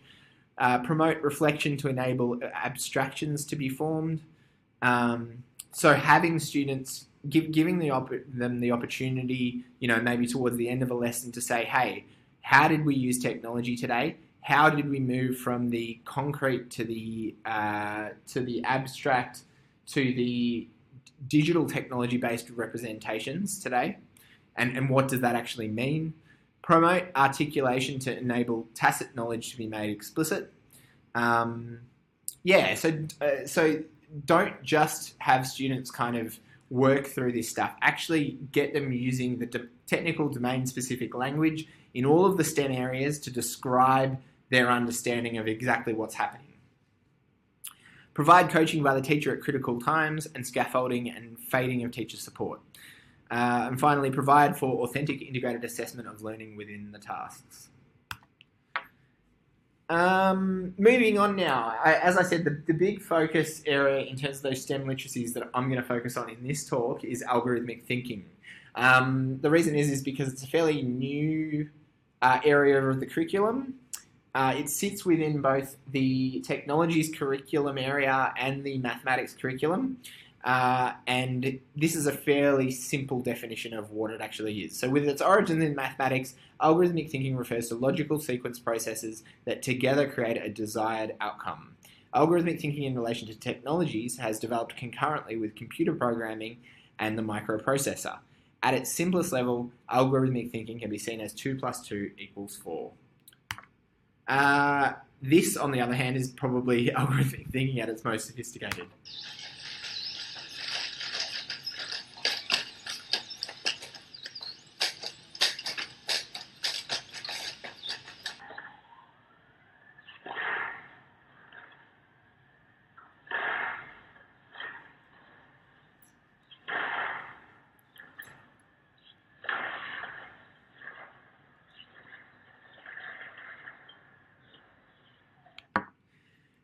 Some key points about when you are teaching or developing algorithmic thinking.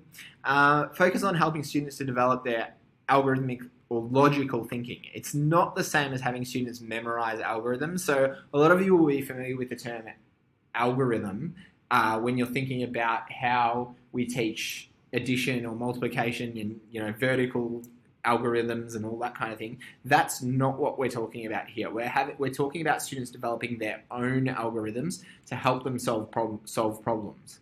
It's embedded in both, as I said, the mathematics curriculum and technologies curriculum. It is not the same as coding. It's actually the thinking that goes into the coding, which is what I said in that last dot point there. It's the thinking behind the language, the kind of thinking that a computer could execute. So in our article from 2019, Joe Blannon and I described the 4 key components of algorithmic thinking. So they are design thinking, decomposition, pattern recognition, and abstraction. So we start off with a problem. We think about the design of how we will go about solving that problem. We break that problem into a number of small digestible steps, and that's what we call decomposition. We look for any patterns once we've decomposed the problem. And once we've looked and identified those patterns, we think about how we might be able to represent them abstractly using symbols or those sorts of things, and then return them to the original format or the concrete world after we've analysed and processed those abstracted ideas. Here are some key terms. I'm not going to go through these, but you can pause it here if you like, and you can read through them, and that will help you to learn some key terms associated with algorithmic thinking. Branching is another key term. You can see to represent branching, it's often good to use a flow diagram. You can see here is an example of an algorithm where we're testing out light bulbs. So test the light, is the light on? Yes, it's working. If no, then we check if the switch is turned on. If no, turn the switch on. If yes, we check whether the bulb is installed. No, install the bulb correctly. You can kind of see the way that it all works. So this is an algorithm at play working out whether or not a bulb has been blown or not. If we're thinking about mathematics in terms of algorithmic thinking at foundation level, it would simply involve students following a short sequence of instructions. If we're thinking about it in terms of year 6 level, it would involve students designing algorithms involving branching and iteration to solve specific classes of mathematical problems. Whereas if we're thinking about digital technologies, the content descriptors actually go across a number of levels in the digital technologies curriculum. So in Foundation 1 and 2, we look at students following, describing and representing a sequence of steps and decisions needed to solve simple problems. Whereas at 5-6 level, students are designing, modifying and following simple algorithms represented diagrammatically and in English involving sequences of steps, branching and iteration. So you can see how the digital technologies-based descriptors model fairly closely those that are also included in the mathematics curriculum. Some considerations for algorithmic thinking in terms of codable robots. Codable robots are certainly relevant from early childhood all the way through to the end of primary school. Tasks can be scaled up or down to be more focused on shape and location. They can be more focused on complex shapes, certainly more closer links to digital technologies when we're dealing with robotics. Basic principles to be consistently developed include experimentation, verifying and debugging, recording and representing, comparing and discussing, evaluating and generalizing. And again, all of those verbs tie in very nicely to the idea of STEM literacies. Here we have Grace, and Grace is 4 at this stage, and she is being instructed and being supported to use a BBots. As she uses the BBot and as the person instructs her about how to use it, I want you to think about how conceptual understanding is being developed. Think about the questioning techniques that the teacher is using. So Gracie, what are you going to do? I'm going to press it going forwards and backwards.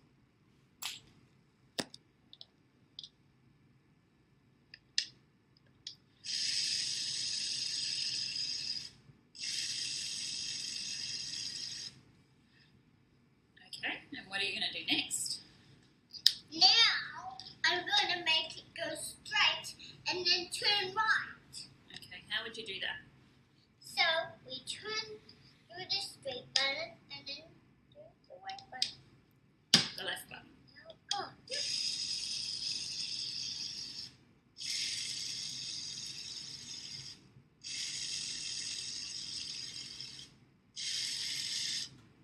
Why did it do all those extra steps? What should you have pushed first? The cross button. Okay, you want to show me? Which button? This one. Mm-hmm.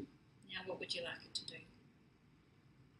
Go turn left and then go backwards. Okay, you show me how you do that. That's right, yep. Backwards.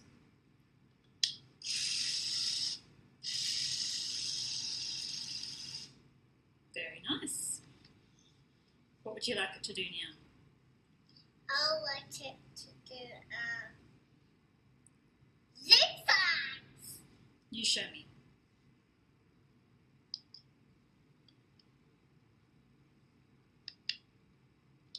So turn right and go straight. It did it. Well done. Okay, so yeah, have a think about sort of the questioning techniques that the teacher has used there. My comments are that the really nice thing about the way that the teacher questions the student is that she doesn't give her instructions. She instead asks Grace to come up with her own problems to solve, and provides support without taking control of the situation. So I think that the questioning approach that the teacher takes is really that of a facilitator or a support mechanism, rather than being the teacher being the font of wisdom. So I think so I mean, you would have heard in many of your classes that we take a constructivist approach to teaching and learning. The same applies for when we're using digital technologies. Students need to have some degree of ownership over the process. They need to be able to sort of direct their own learning journey to an extent with the support of a knowledgeable other. Okay, here are those terms again, just giving you a bit more information about them. So design thinking, learner is making the design decisions related to the problem she solved.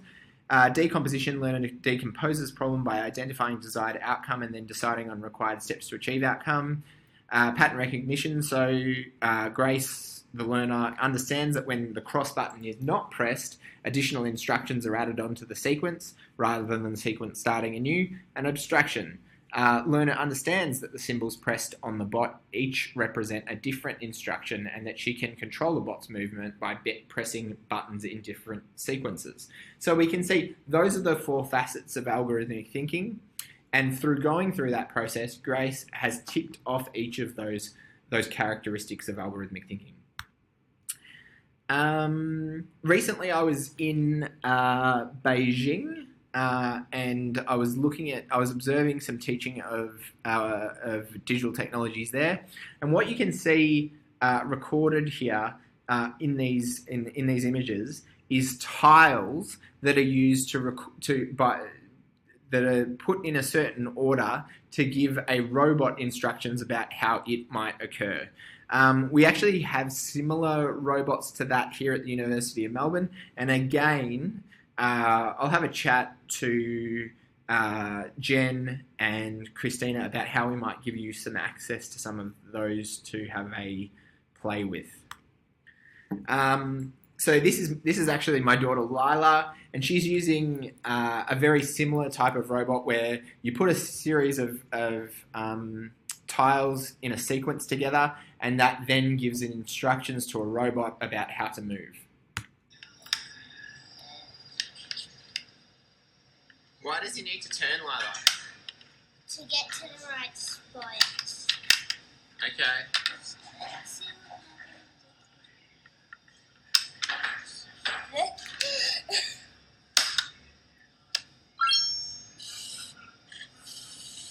Oh my. Alright, you're part of the way there. I think you need one more. Move. So let's just put them.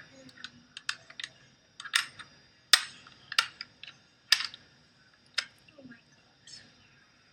And one He'll more need to go move. back where he Wait, was. I know one more move. So we turn it. It's going back. Oh my god. Did you see that? No. So again, she went through the process. There was some algorithmic thinking associated with the use of that robot. Here's another approach to algorithmic thinking. This time we're using an application called Scratch. As I mentioned before, this is freely available on the internet. If you just Google Scratch 3.0, you'll get straight to it. Here we have some visual coding that's been used to animate the life cycle of a frog. I suggest that in your own time you pause it at this point and look at the code and see if you can work out what is actually going to occur when I press go on the video of this. Also think about what understandings from across the disciplines would this support the development of.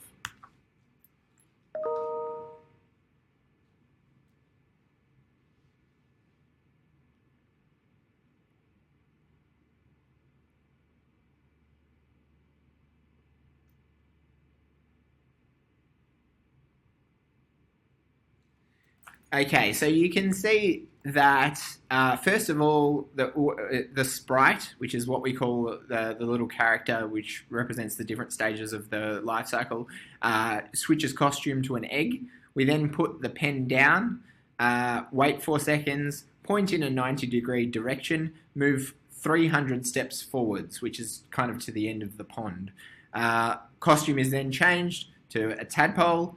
We wait 4 seconds, turn 90 degrees, move 200 steps, and then switch costume, etc., until the process is completed.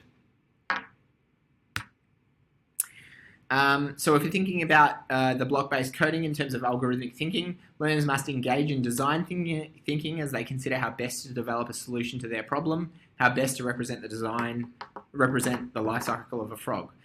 Decomposition, students decompose their design as they systematically, sequentially place blocks in an organised and purposeful manner.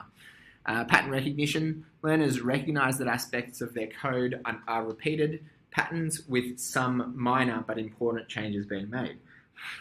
Abstraction, though using block-based code, students must still understand how the order and sequence of representative blocks result in their desired outcome. And finally, we have an example of text-based coding. In this case, we are using a text-based coding language of Python, and we're using it to create some geometric figures. In the example that we've provided, we import the turtle module, which is the module that allows us to draw. We define the turtle as Jim. We give it that name. We could call it anything. You could call it Tony. You could call it Jane. You could call it Emily, whatever you like. But Jim equals turtle.turtle. And then for everything in the range, we're going to do this 6 times. So in the range, we've got move forward 100, turn left 60 degrees, and we're going to do that 6 times, which provides us with our beautiful hexagon there. Okay. So, yeah, one question that I have is, how would you alter the code to make a decagon? I'll give you a bit of time to think. You can think about that. All right. So the answer is simply they're going to do the process 10 times rather than 6 times, and Jim is going to turn left 36 degrees, so that he repeats that movement of moving forward 100 and then turning 36 degrees 10 times, and that would then create a decagon. Oh, we changed to Bruce there. I didn't realize that. Okay. Oh, there's a demonstration here. Oops. There we go. There's our decagon. Okay. Have a think about what will happen to the hexagon given the following. So what we've done here is we've put 2 loops in place, so a loop within a loop. Have a think about what this will create. So you can pause it here, think about what it's going to create, and then I'll show you.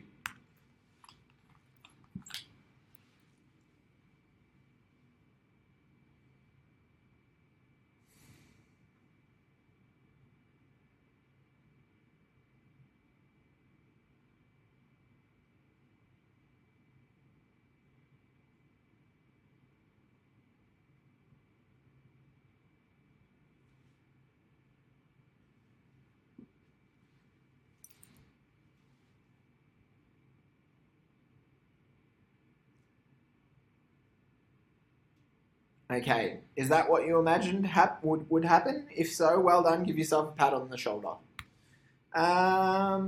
Here we've just got a few more things that we've added in. You can see that we've changed the background to black. You can see that we've changed the color of each of the sides of the hexagon to red, green, purple, orange, blue, red. Again, imagine what the outcome is going to be. All right, pause it if you like, think about it, and here you go.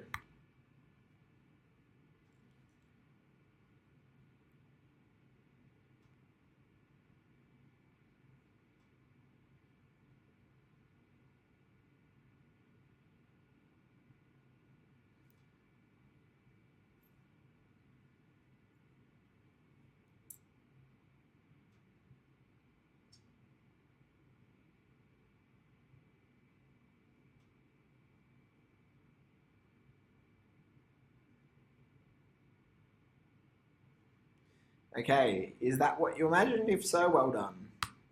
And this is the final one. Again, have a look at what the code says. Try to imagine what the difference is going to be here.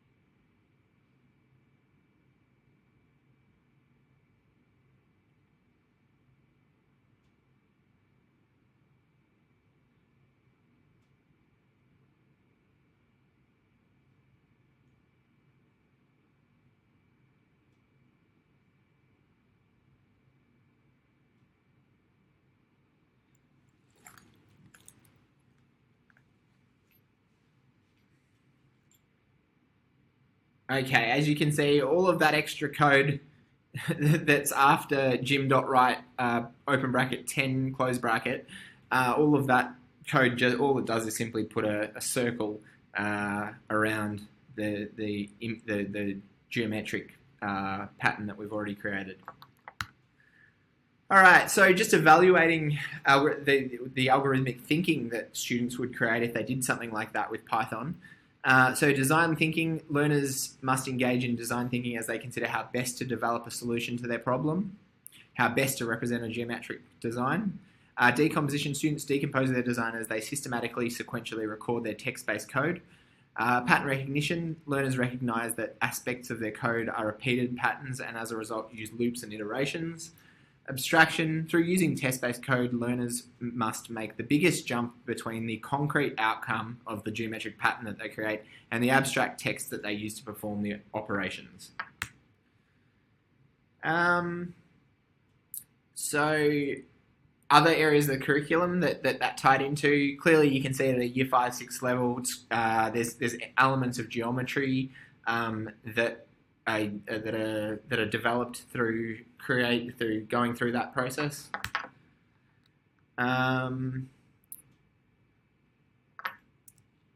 So in terms of algorithmic thinking, certainly at a 5, 6 level, where the students are following a mathematical algorithm involving branching and repetition, designing algorithms involving branching and iteration to solve specific classes of mathematical problems.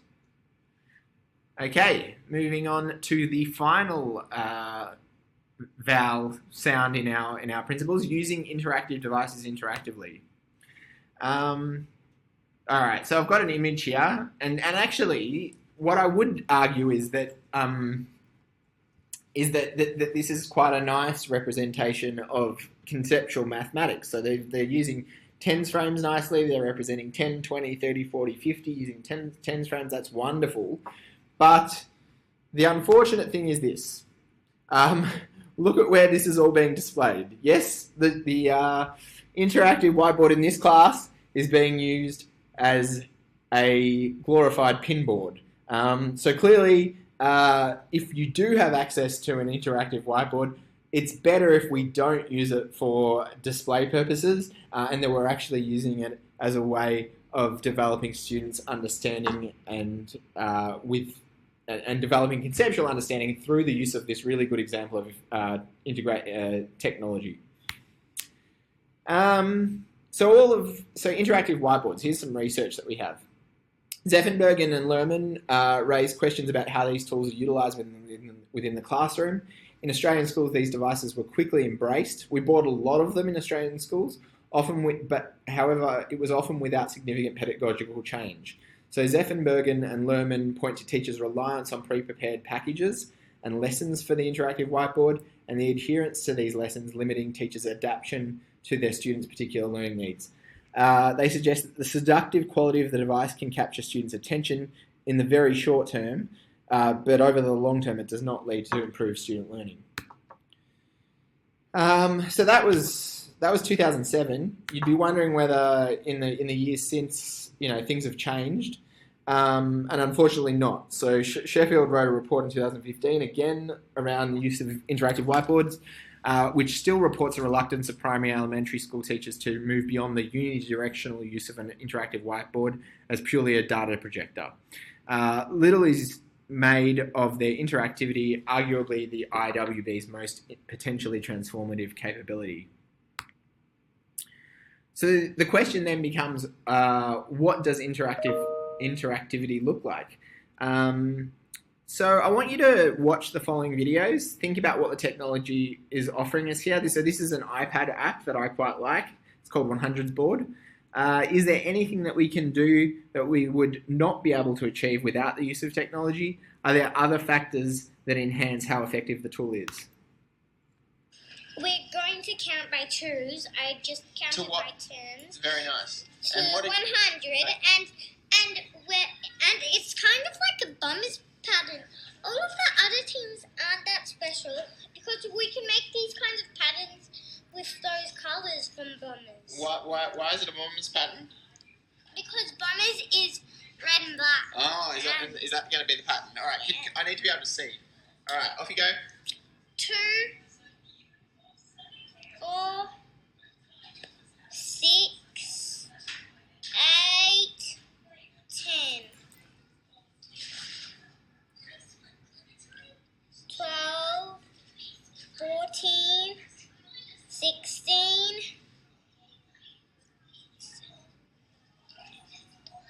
19. That's not 19, Bubs.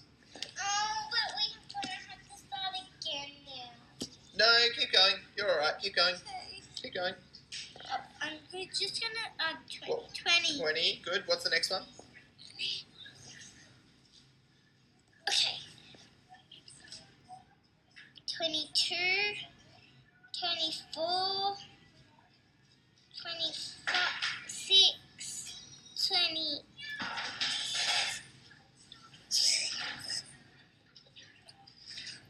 28. Good. 30. Yes. Very good. Keep going. All right, I think you get the idea. So I'm just going to get you to pause for a moment there.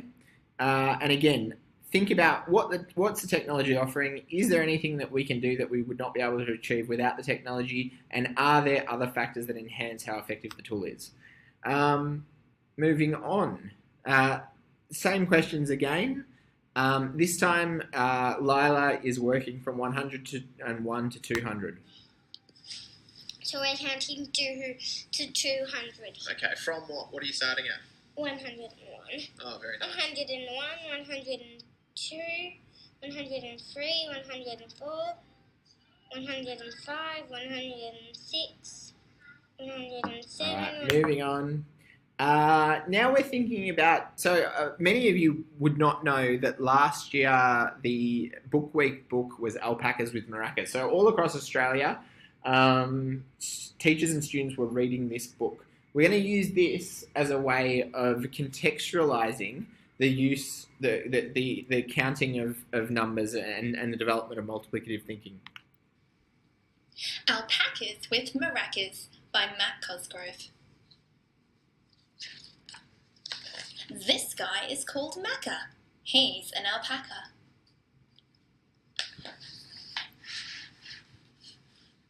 He likes eating pickles and he loves getting tickles.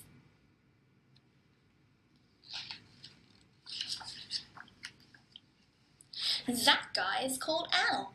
He's Macca's best pal. He's an alpaca too, with a shaggy hairdo. Al has a big heart.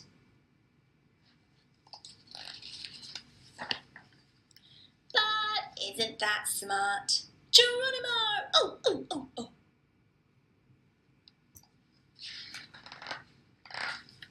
Okay, so I think you get the picture there about what Alpacas with Maracas is all about. And then the question becomes, how is the technology enhancing the learning? So I read that story to Lila, and then we used that as a basis to move her understanding forward. Whoop.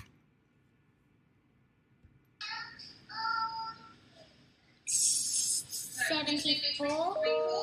Wait, 72. 76. 80. No, don't use those ones. Use the next green, clear one. Yeah. Keep going. I love Twinkle Twinkle. Sing it for Grandma. Strumming guitar. 80. 84.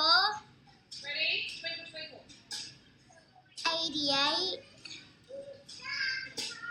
82. Now, what is it? 92. 96. 100. Good. Okay, and she moved from there to here. Lila, for 3 alpacas, how many legs would it have? 12. 12 legs. Good. All right. If you had 8 alpacas, how many legs would it have? 32. Very good. Okay, you can see that as Lila is moving from sort of an understanding of additive thinking through to an understanding of multiplicative thinking, and the technology is really supporting this. So we've read the book, we're using the technology in a meaningful, conceptually driven way. I want to ask you a question. If you had 100 legs, how many alpacas would you have? 5 alpacas. Not 5.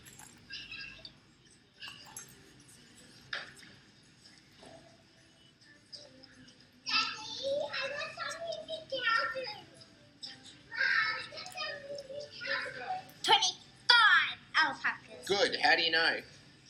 because I counted all the counters, and that told me that all the alpacas.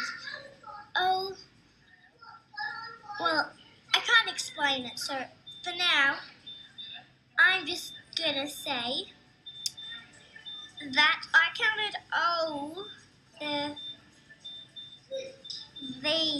of the counts. You counted all of the counters. What do the counters represent? It represents how many legs some alpacas have. So, like, one alpaca had 4 legs. Yeah. So, that's what it does. And what about 5 alpacas? How many would they have?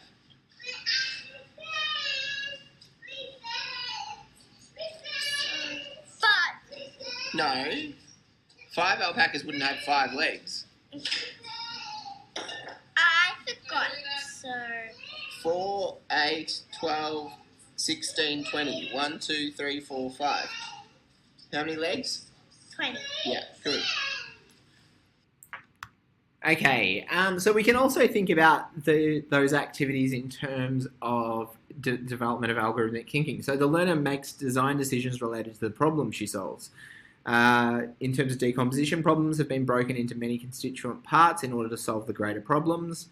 Pattern recognition, learner has identified and utilised numerical structures and patterns in order to solve problems. And finally, abstraction, learner is able to reunitize counters as alpacas.